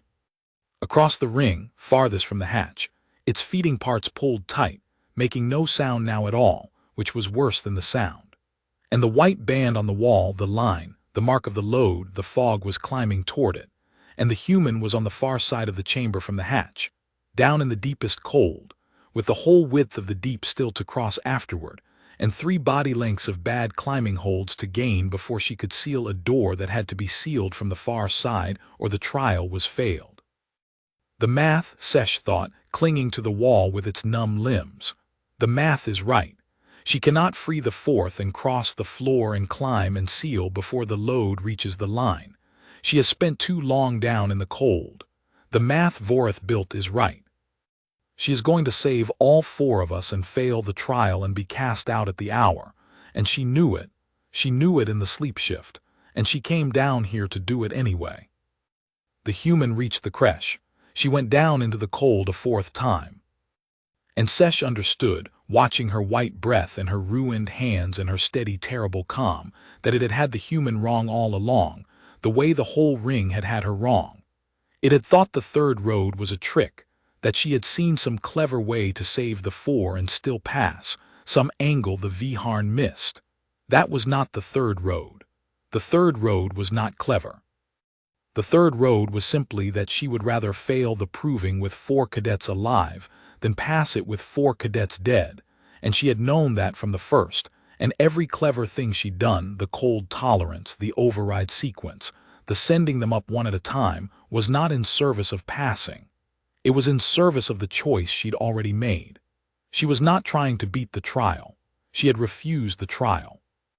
She had looked at Vorith's beautiful 2-road problem and stepped off it entirely, onto the one road these people had no name for, the road where you carry the weight past the point where carrying it makes any sense, as far as it needs carrying, and let the count fall where it falls.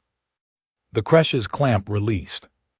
"Go," the human said, and shoved it toward the wall, and the creche went, and now all 4 of the ballast were on the wall, climbing, clear of the worst of the cold, and the human was alone on the floor of the deepened fog up past her chest, and the white band on the wall was very close to the top of the load, and she looked up at the high hatch 3 body lengths above her across a chamber. She no longer had the time or the hands to cross and climb, and Sesh, clinging to the wall with the other 3, opened its mouth to scream her name. And the human began, very calmly, to climb anyway. She would not have made it alone. Sesh knew it, clinging to the wall with its numb limbs. The human knew it, the math knew it.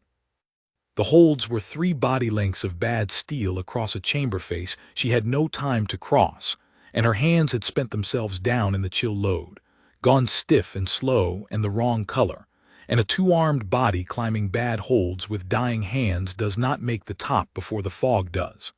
That was the true trial, the one under the trial. Vorith had not built a choice between herself and the ballast. He had built a trap that closed the same either way, free them and die on the holds, or leave them and climb clean. There had never been a third road for one person.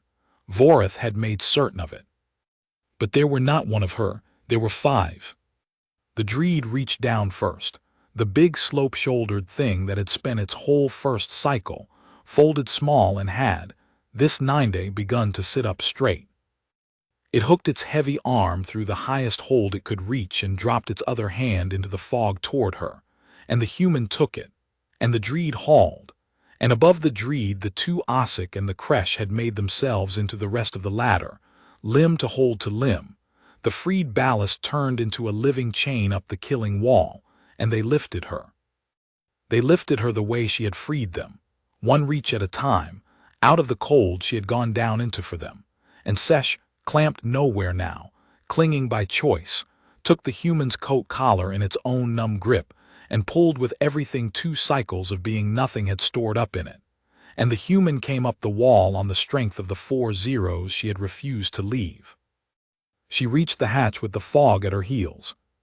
She got one ruined hand on the seal wheel and could not close the hand. Sesh saw the fingers refuse, and saw her look at the hand for a quarter breath with a flat human interest, as if the hand belonged to someone else, and then set the heel of her palm against the wheel and turn it with the bones of her wrist and the whole weight of her shoulder, and the seal wheel bit, and turned, and the hatch swung, and she pulled it shut from the far side and drove the seal home with the white band of the load not a hand's width below the lip. The deep sighed. The vents drew closed.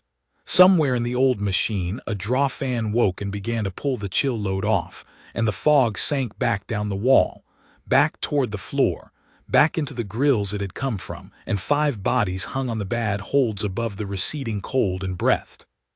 For a long moment there was no sound in the deep but breathing and the fan. Then Master Seth's voice came down from the gallery, and it was not flat. "The hatch is sealed," the old Orden said before the line. A pause, and in the pause Sesh heard 200 cycles of carrying broken children off cold stone, heard it break just slightly at the edge. "The scent is past, the proving is complete. The unveined cadet Salazar is veined at a standing of 1 by the law of this Lyceum and under my seal." Another pause longer. "Let the record also show, though no rule requires it, and I set it down on my own authority as Master-at-Arms of the Vaskar Lyceum, which authority is mine and older than any cadet's count. Let the record show that the ballast of this scent were 4, and that the ballast of this scent are 4, all breathing, all whole, and that in 9,000 cycles of this trial that has never once been true. Let the record show that. I want it written where it cannot be taken out." They brought the 5 up out of the deep in the drop cage together, and the cohort was waiting. Word travels through a war academy faster than any hazard. By the time the cage rose to the muster floor, there were 200 cadets ranked around the deep's mouth, and they were not ranked the way a cohort ranks for a spectacle. They were ranked the way beings stand when they have come to see a thing with their own eyes, because the telling of it could not be believed. The unranked were there in a body. The whole low corridor emptied out, 40 of the ring's zeros, standing at the front where the unranked never stood, and when the cage rose and they saw the 4 ballast alive and the human on her feet among them with her hands wrapped in Ovu's warm cloths, the unranked made a sound. It was not a Viharn sound. It had no crest flare and no throat hum and no click. It was a ragged, ugly, uneven noise, 40 soft-bodied throats that had never once been permitted to make noise together, and it took Sesh a moment to understand that it was the human noise the human sometimes made under her breath. A thing she had done, quietly, the first time Sesh freed a stuck ration hatch on its own, a short warm burst of it. Cheering. The unranked of the Vaskar Lyceum did not know how to cheer. They did it anyway, badly, and it filled the muster floor, and the Viharn cadets on the high tiers stood in it not knowing what to do, because there was no protocol for it, because in 9,000 cycles the zeros had never had anything to cheer. The human stood in the middle of the ugly, beautiful noise and looked, for the first time since the challenge, faintly overwhelmed. She leaned close to Sesh at her elbow and said, "Lo, this is your doing. You told the block, didn't you?" "I told the truth," Sesh said. "The block did the rest." Across the muster floor on the highest tier, Vorith Dask stood alone. His squad had not come to stand with him. That was the thing Sesh saw and could not stop seeing. Kel Dask stood apart near the tier rail, his wrenched arm still slow, and he was not looking at Vorith. None of the Dask line had come to their cadet prime's shoulder. They stood scattered through the tiers like any other cadets, watching the zeros cheer a human who had unmade in 9 days, the one lesson the Count was built to teach. And Vorith stood above them all with his crest cycling through colors and no one at his side. And Sesh understood that the trial he had furnished to break the human had done its work, only not on the human. It had broken something loose in his own line. Kel had felt it first with the arm. Now the rest of them had watched 4 zeros carry a human up a killing wall, and they had felt it too, the thing there was no Viharn word for, and it had moved them each a body length away from the cadet prime without any of them deciding to move. Vorith's voice came down across the muster floor, cutting the cheer. "The proving is past." He said it in the ancient form, and the floor went quiet because the ancient form always won quiet. "The animal is veined, a vein of one." His crest flared to the crimson black of a Viharn taking something. Then the vein of one will answer the standing named against it, in the circle, at the next false dawn. I have waited 9 days to put this creature on the glass, and I have watched it earn the right to be put there, and I am glad of it, glad, do you hear me, because now when it falls no one on this ring will be able to say it fell because it was never permitted to stand. He leaned out over the rail and his deep-set eyes found the human across the whole width of the floor. You carried 4 zeros out of the cold, human. Admirable, sentimental, useless. In the circle there will be no zeros to carry. There will be only you and me, and the circle is not left standing by 2, and I have left 31 on that glass and carried none of them out. Rest your ruined hands. At the false dawn I will show this ring the difference between a thing that saves and a thing that wins. The cheer did not resume. The unranked had gone silent again, the old silence, the prey silence, the Count reaching down into the muster floor and reminding 40 zeros what they were. Vorith turned from the rail, and this time when he cut through the ranks the cadets peeled out of his path the way they always had, and Sesh felt the 9 days' warmth go cold in its chest, because 31 was still 31, and a wall of holds was one thing and the cadet prime was another, and the math, the terrible reliable math, was still the math. The human watched Vorith go. Then she turned to Sesh, and her wrapped hands were shaking with cold damage and exhaustion, but her flat dark face had not changed at all.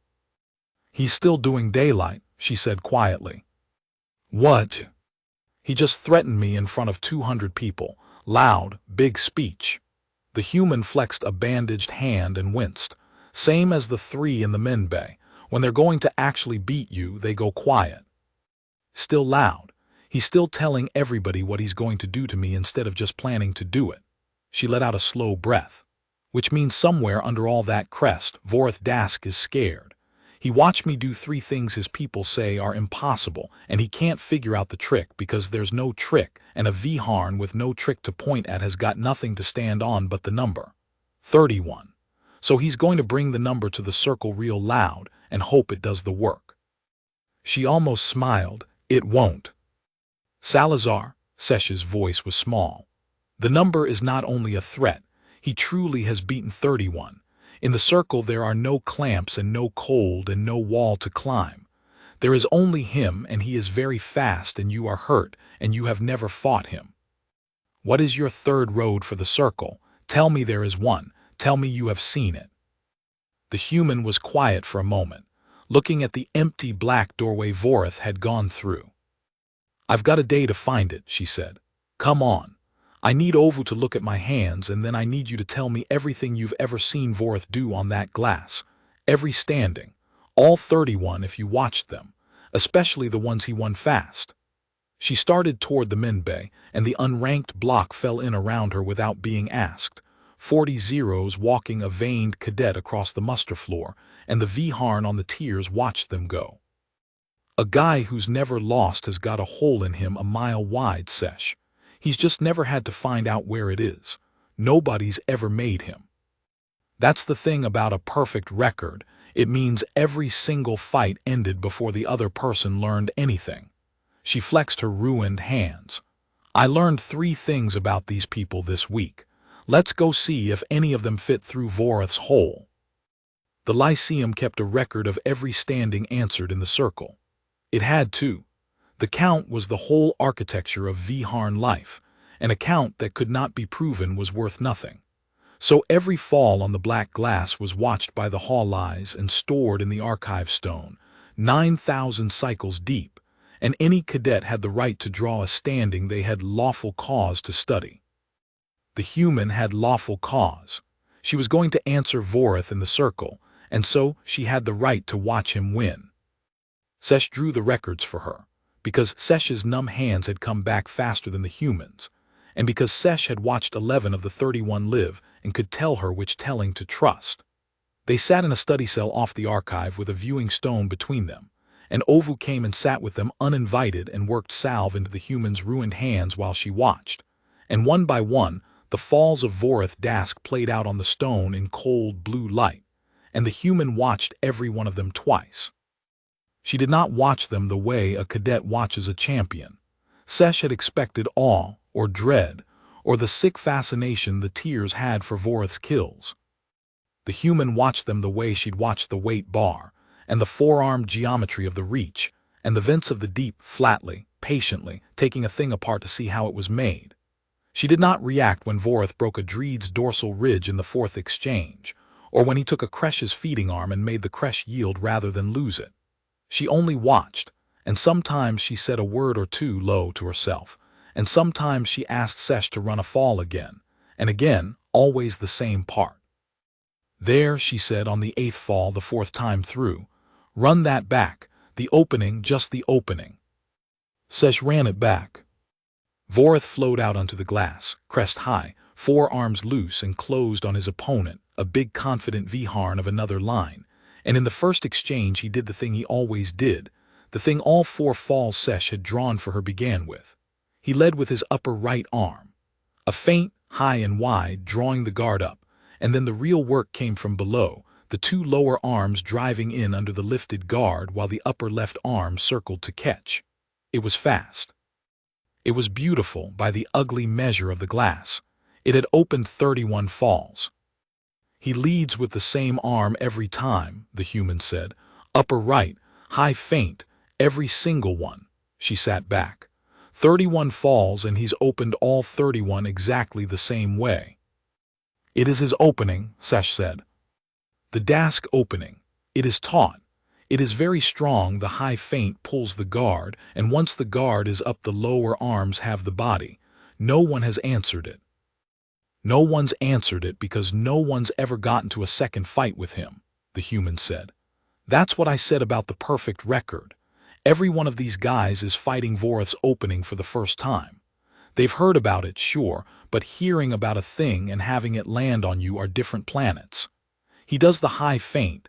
Their guard goes up because their body does it before their brain can vote, and it's over. He's never had to have a second opening because he's never fought anybody twice because there's never a second time. She tapped the stone with a bandaged finger. But I'm not fighting it for the first time. I've watched it 31 times. I've watched it more than he's done it, near enough he did it once each. I've watched some of these 4 or 5 times. By the false dawn I'll have seen that high feint more than any living thing that's ever stood across from it. Her flat dark eyes caught the blue light. That's the whole, not his body. His body's perfect. The whole is that being unbeaten means being unstudied, and he let me study him. He had to. It's the law. The count that makes him strong. is the same count that put all 31 of these on a stone for me to watch. Ovu's 6 eyes cycled slowly. You mean to answer the opening? I mean to be moving before he throws it, the human said. He leads upper right, high feint every time.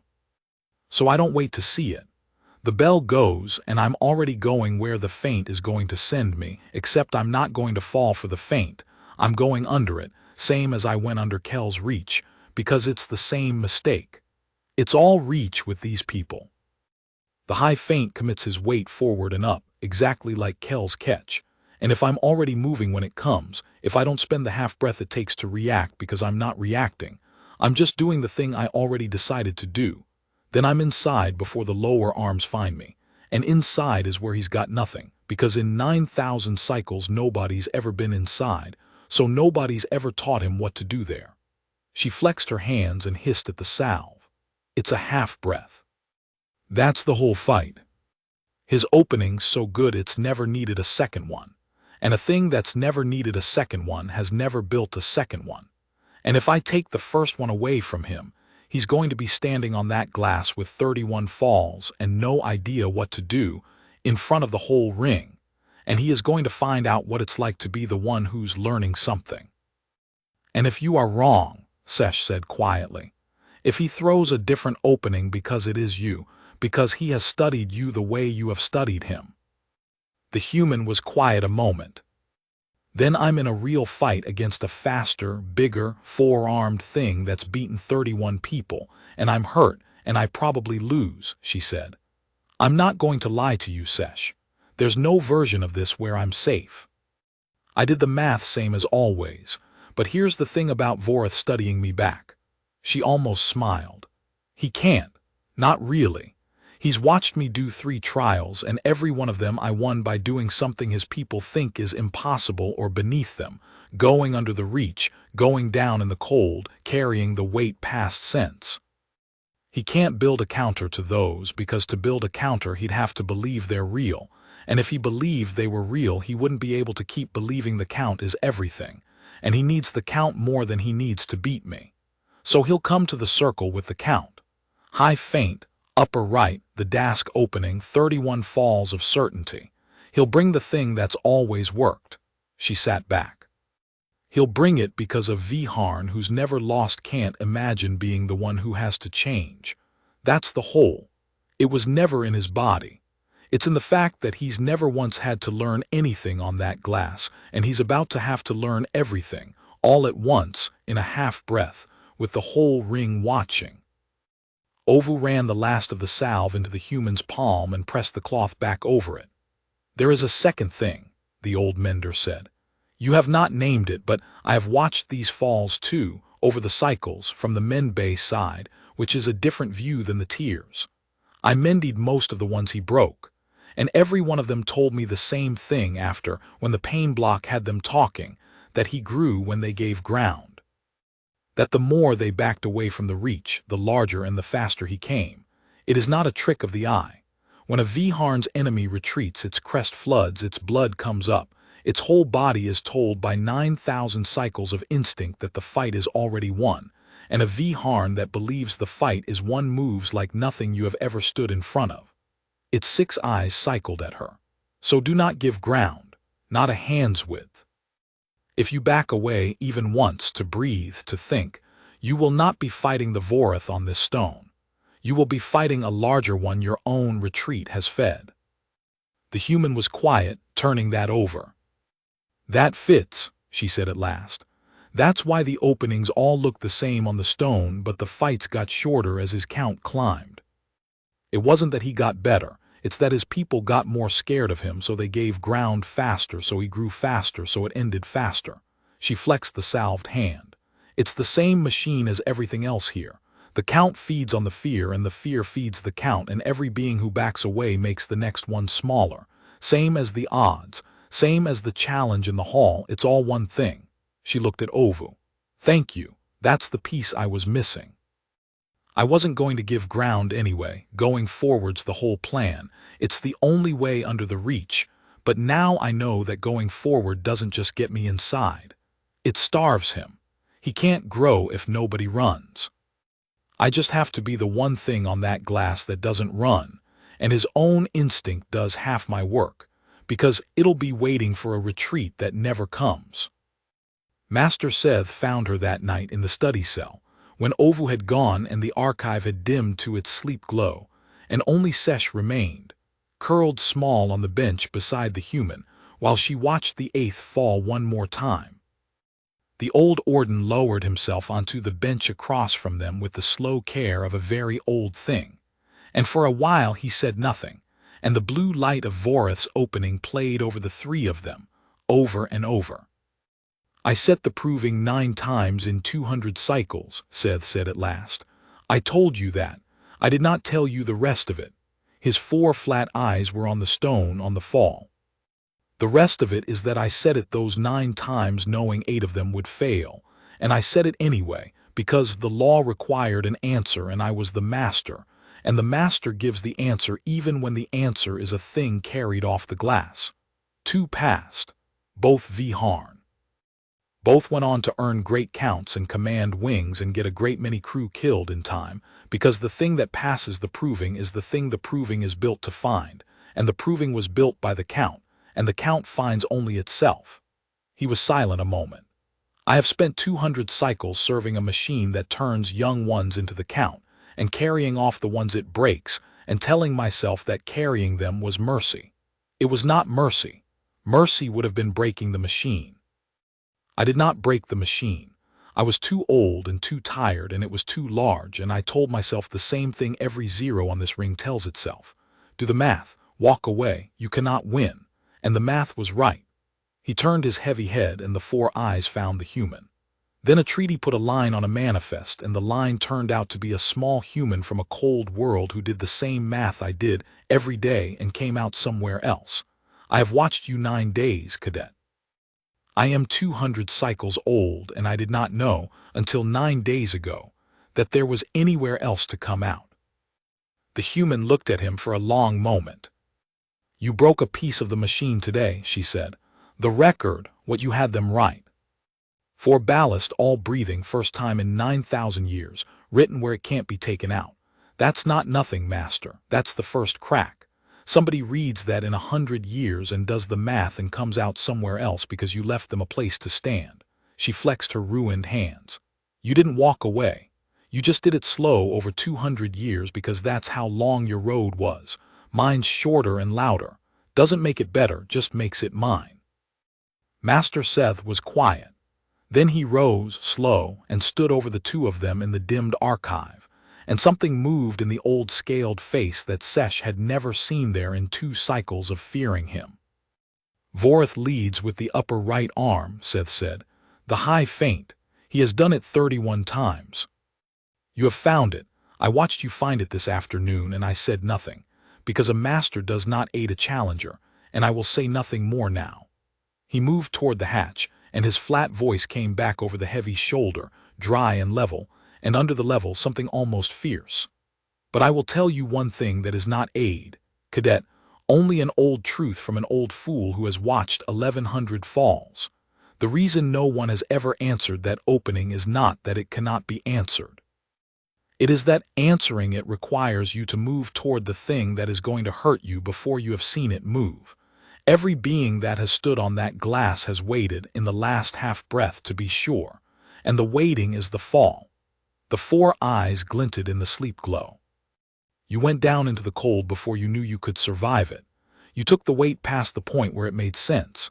You do not wait to be sure. It is the most human thing about you, and it is the one thing on that glass Vorith Dask has never once had to face. He opened the hatch. Rest your hands. The false dawn comes soon. I find, cadet, to my own great surprise, at the very end of a long service to a machine I could not break, that I very much wish to watch you fight. He went. The archive dimmed further, and Sesh, curled on the bench, looked up at the human in the blue glow of Vorith's endlessly repeating opening, and found that it was not afraid anymore, not the old prey-fear, not tonight. You should sleep, the human said, watching the stone. So should you. In a minute, she reached out and ran the 8th fall back to the opening one more time, the high feint, the upper right arm, the certainty. I want to watch it a few more times. I want it so far under my skin that when the bell goes I'm not remembering it. I want it to just be there, the way the mountain's just there. You don't remember the mountain in the dark, Sesh. You don't have time. You just know it in your body, so your body does the right thing while your brain's still catching up. The blue light played over her flat, calm face. That's the only way to answer a thing that's faster than you. You stop trying to answer it and you just already know. The whole ring came to the false dawn. Sesh had never seen the Hall of Standing full. In 2 cycles it had never once been full, because a standing between cadets drew the cohort and the curious, a tier or 2 no more. This drew everyone.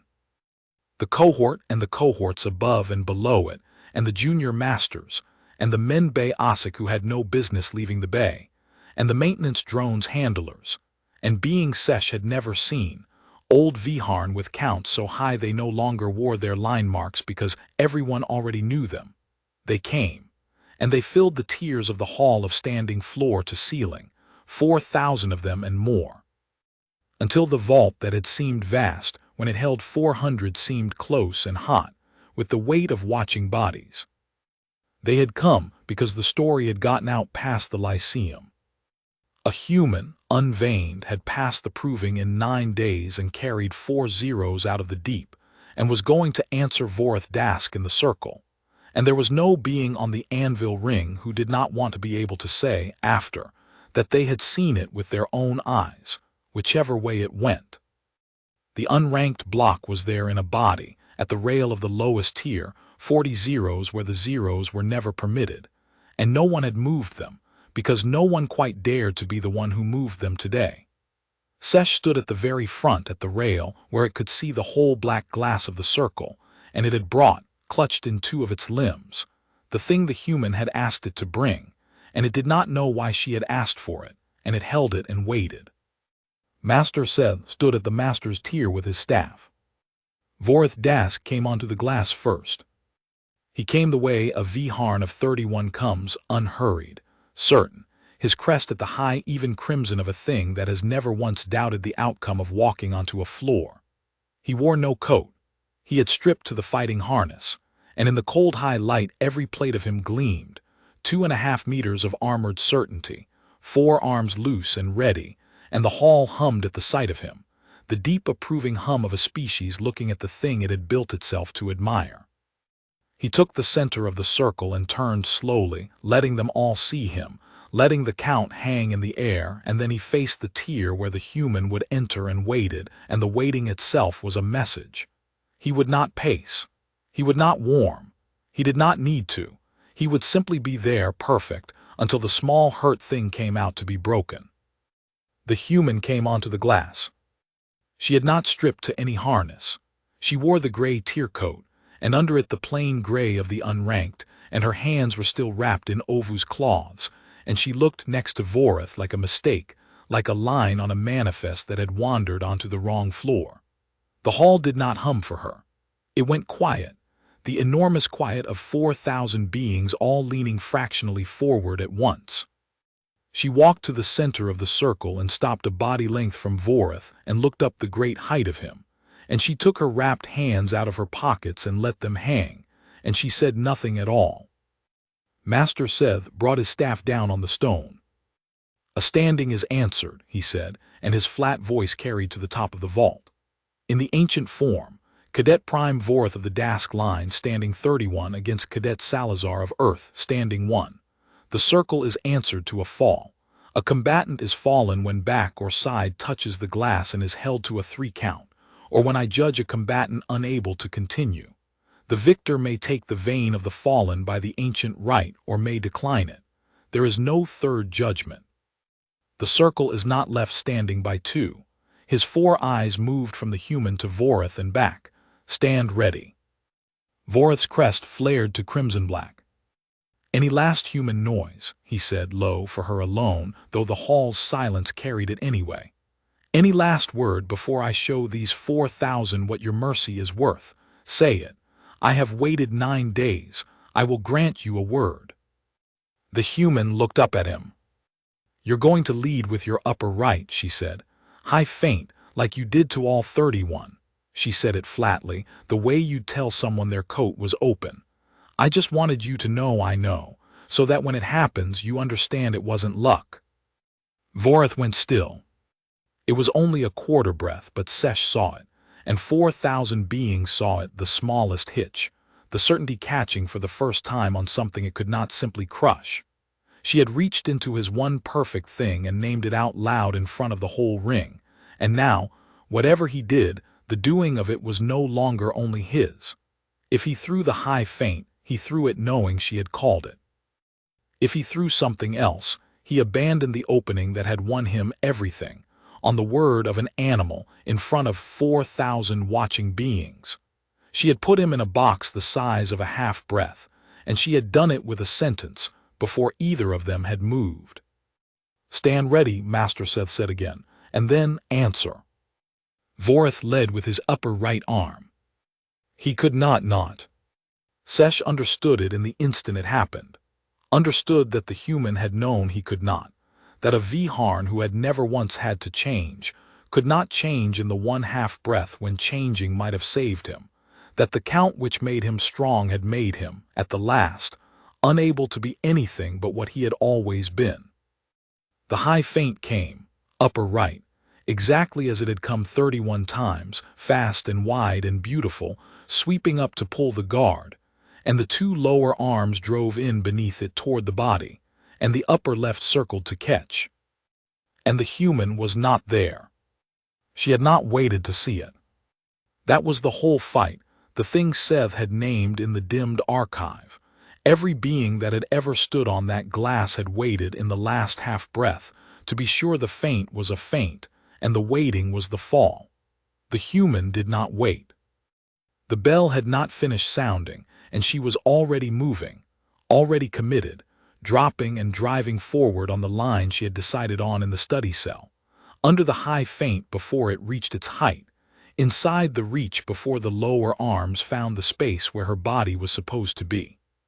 She went under the four-armed cage the same way she had gone under Kel's, the same way she had gone down into the cold, toward the thing that was going to hurt her, before she had seen it move.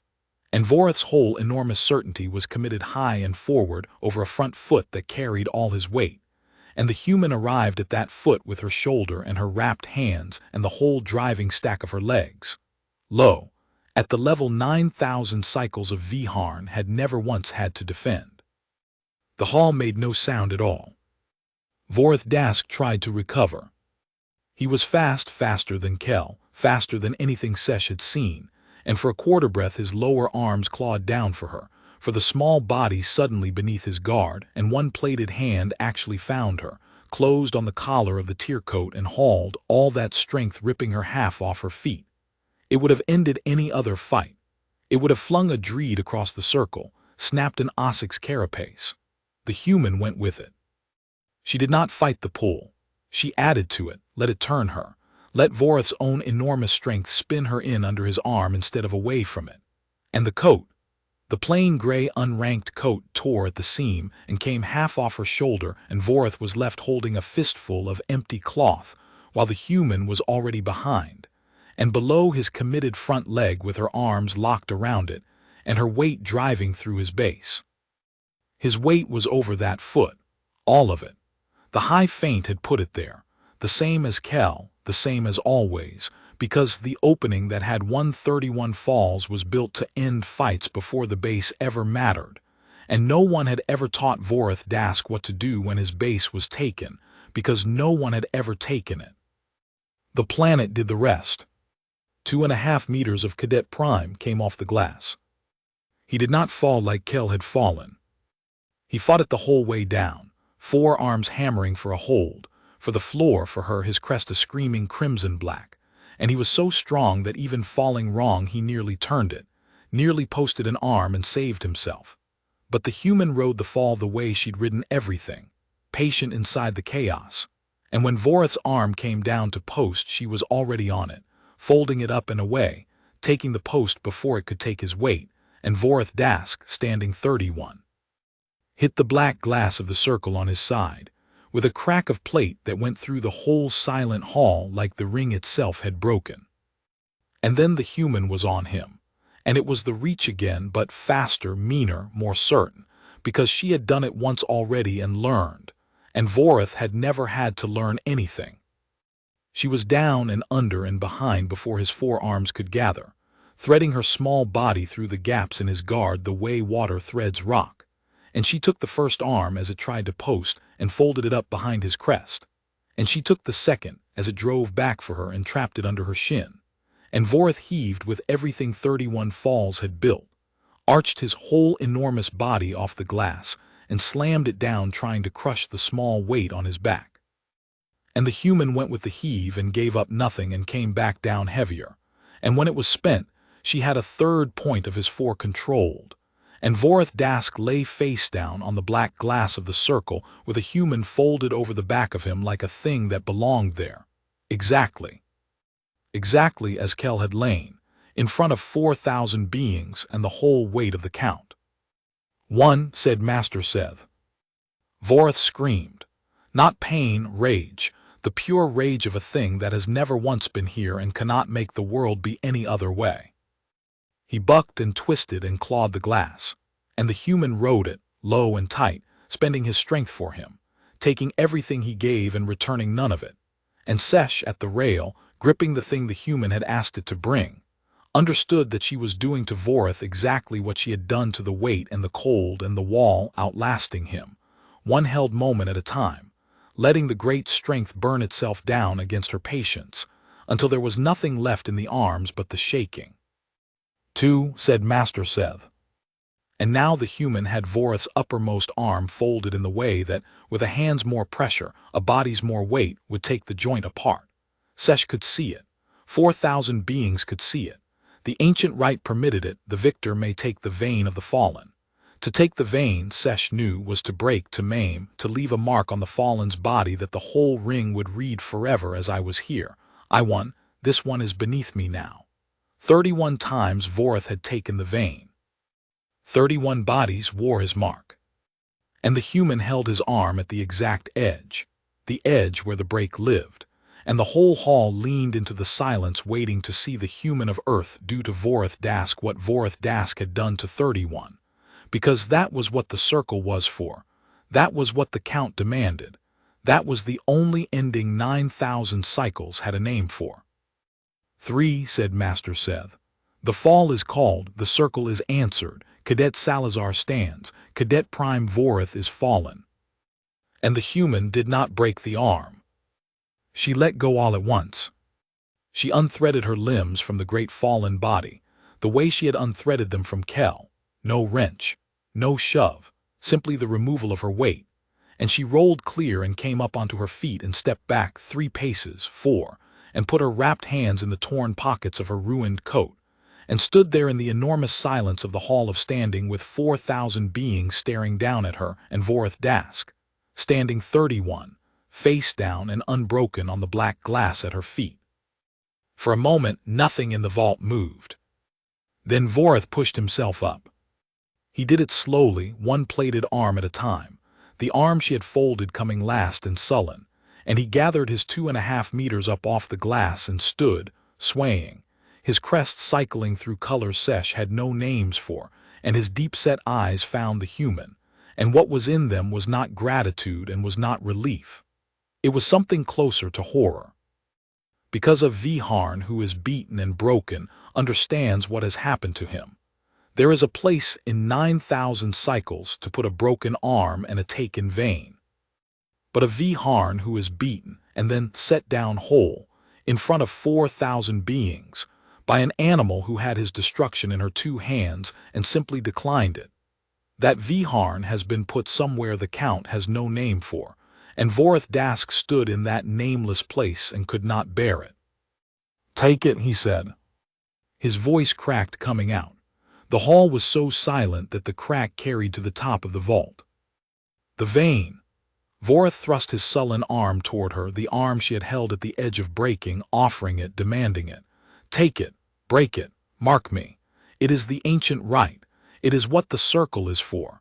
You have the fall, the master called it 3, you have it lawfully, now take the vein, animal, take what you have won and end this in the only way it ends."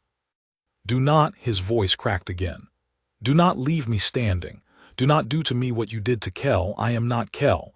I am the Cadet Prime. I have 31. Take it, take it. The human looked up at him. Her flat brown face had not changed through any of it. Not the fall, not the buck, not the offered arm, and it did not change now. No, she said. The word dropped into the silence and lay there. On my world, the human said, and she did not raise her voice. She never raised her voice, and 4,000 beings leaned into the quiet to catch it, so that the notch raising was louder than any shout could have been. We had people like you. People who kept account, who measured what they were by what they could take off of somebody else. A broken arm, a yielded field, a mark on a body that says I was here and you are less now. We had a lot of them for a long time, all through our history, and do you know what we learned about them? She took a step toward him, and Vorth Dask, standing 31, did not step back only because there was nowhere in himself to step. We learned they were never the strong ones, not once, not in the end. The one with the highest count was never the one the rest of us would follow into the dark. Because a count like yours only measures one thing, it measures how many people found out they couldn't beat you. That's all 31 is, Vorth. 31 people who learned they'd lose. It's not strength. It's just a list of everybody you scared into doing the math.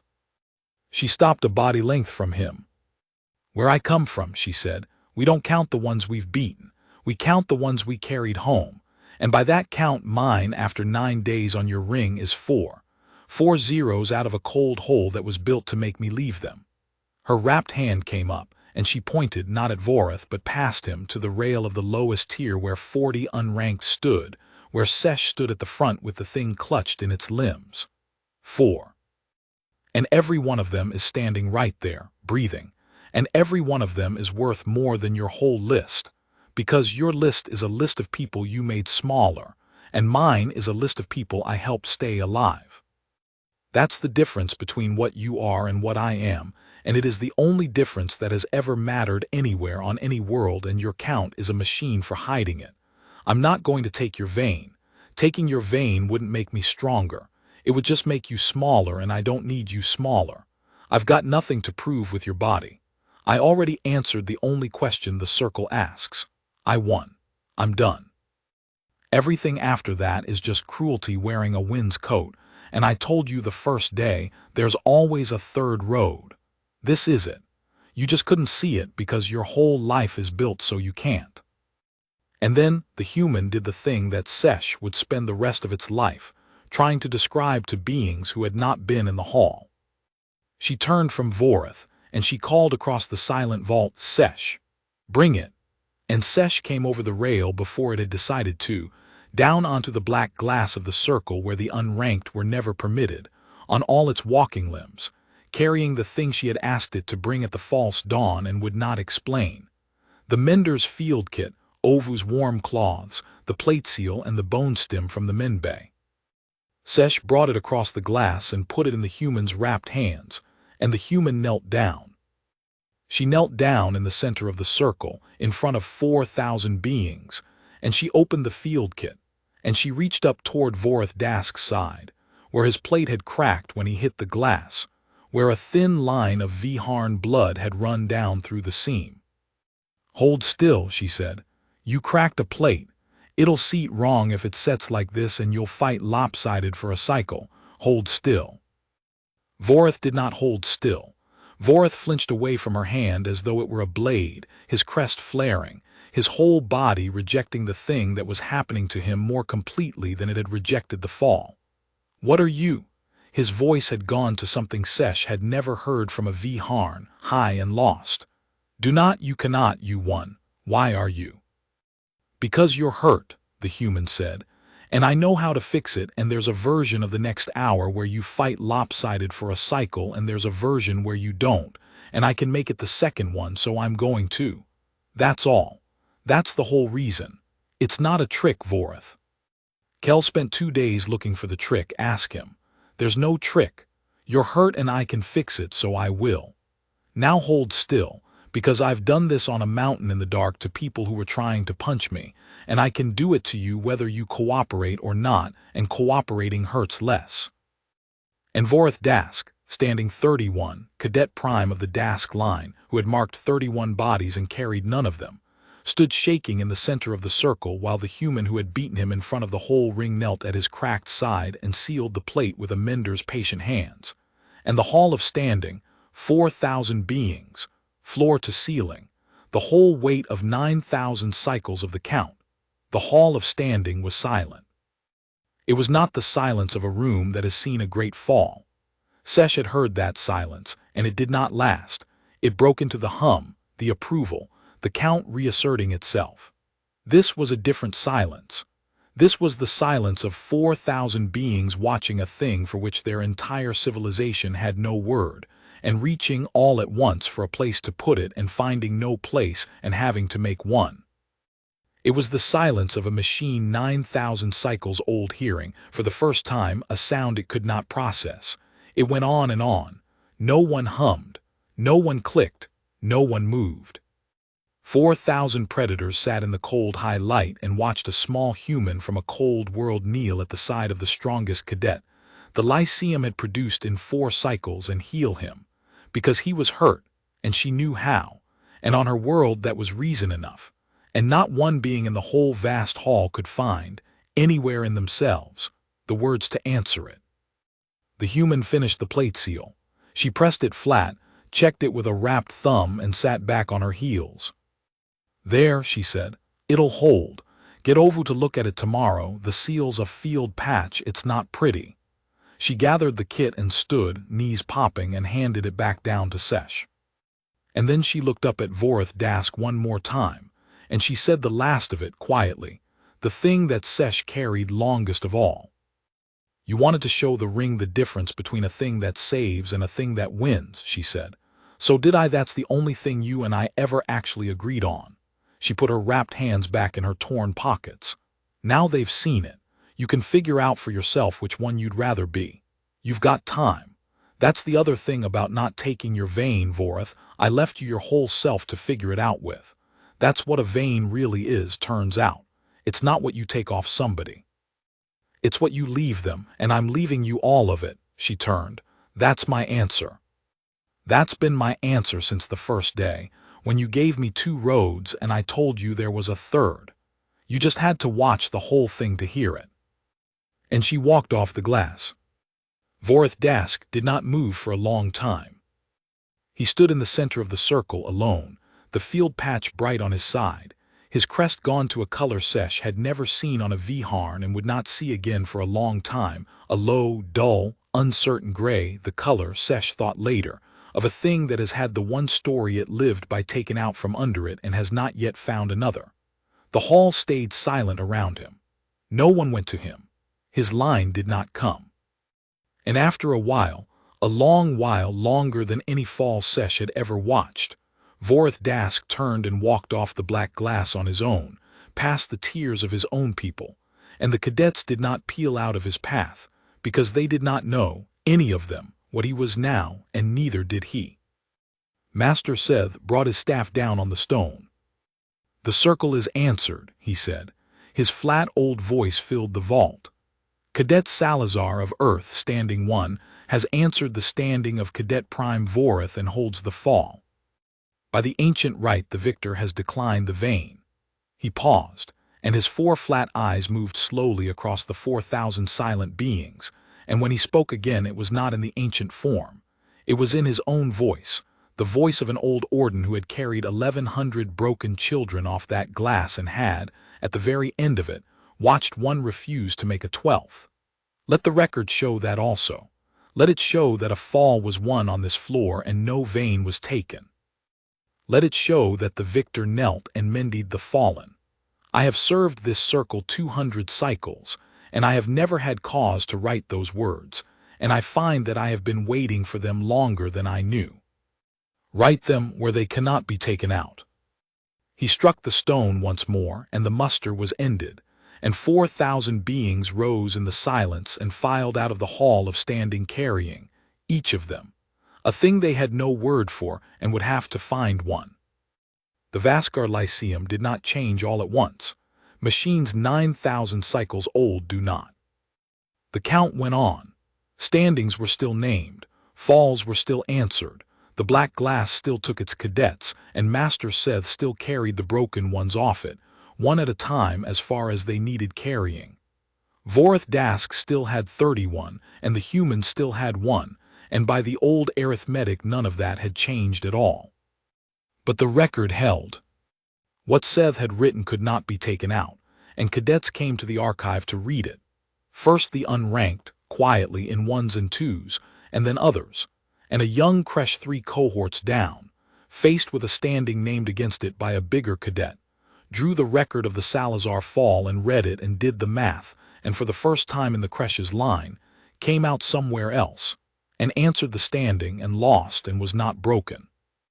Because the cadet who beat it had read the same record and declined the vein. One crack, then another.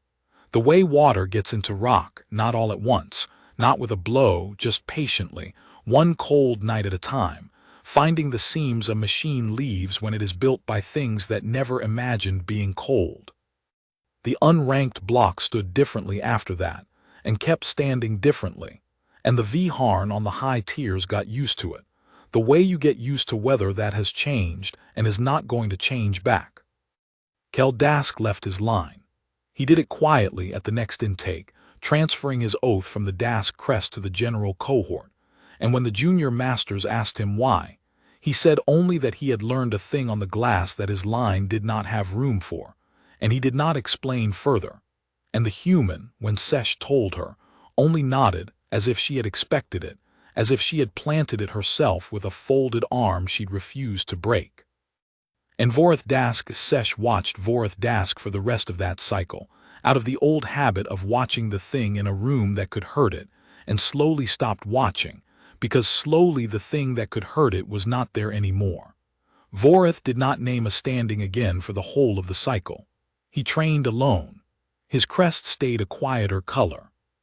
And once, near the end of the cycle, Sesh saw him in the deep, at the trial of a young Ossex cent, standing at the observation rail where the furnishing cadets stood and Sesh watched, and its 6 eyes went cold with old fear, and then not cold, because Vorth Dask had furnished the cent with the ballast placed near the hatch, near the holds, near the clear air, where a 2-armed cadet could reach them, and he did it without a word to anyone, and no one but Sesh and the human ever knew that he had, or what it meant, or how far a thing had traveled from the center of a circle to the rail of a cold room.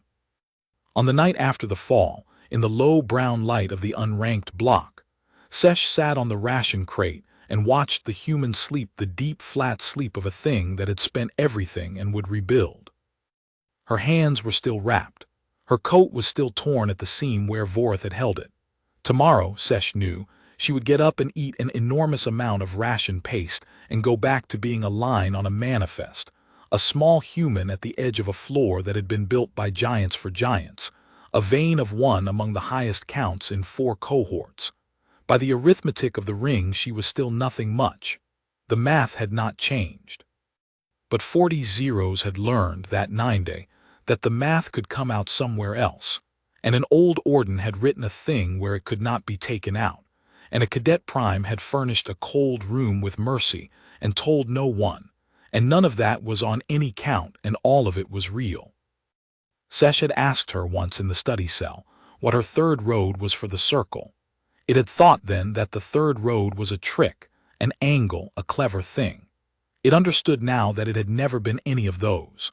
The third road was only this, that when every reason in the universe told you to set the weight down and walk away and do the math like everyone else, you could, if you were willing to pay for it before you knew it was there, simply decline. You could carry the thing past the point where carrying it made sense. You could go down into the cold that was built to make you leave. You could hold a broken enemy's life in your 2 hands and hand it back to him whole, in front of everyone, and let the count fall where it fell. It was the hardest road and it cost the most and almost no one took it, and that was exactly why, when someone did, the whole vast hall of a 9,000 cycle machine went silent and could not find a single word to say. The human shifted in her sleep and did not wake.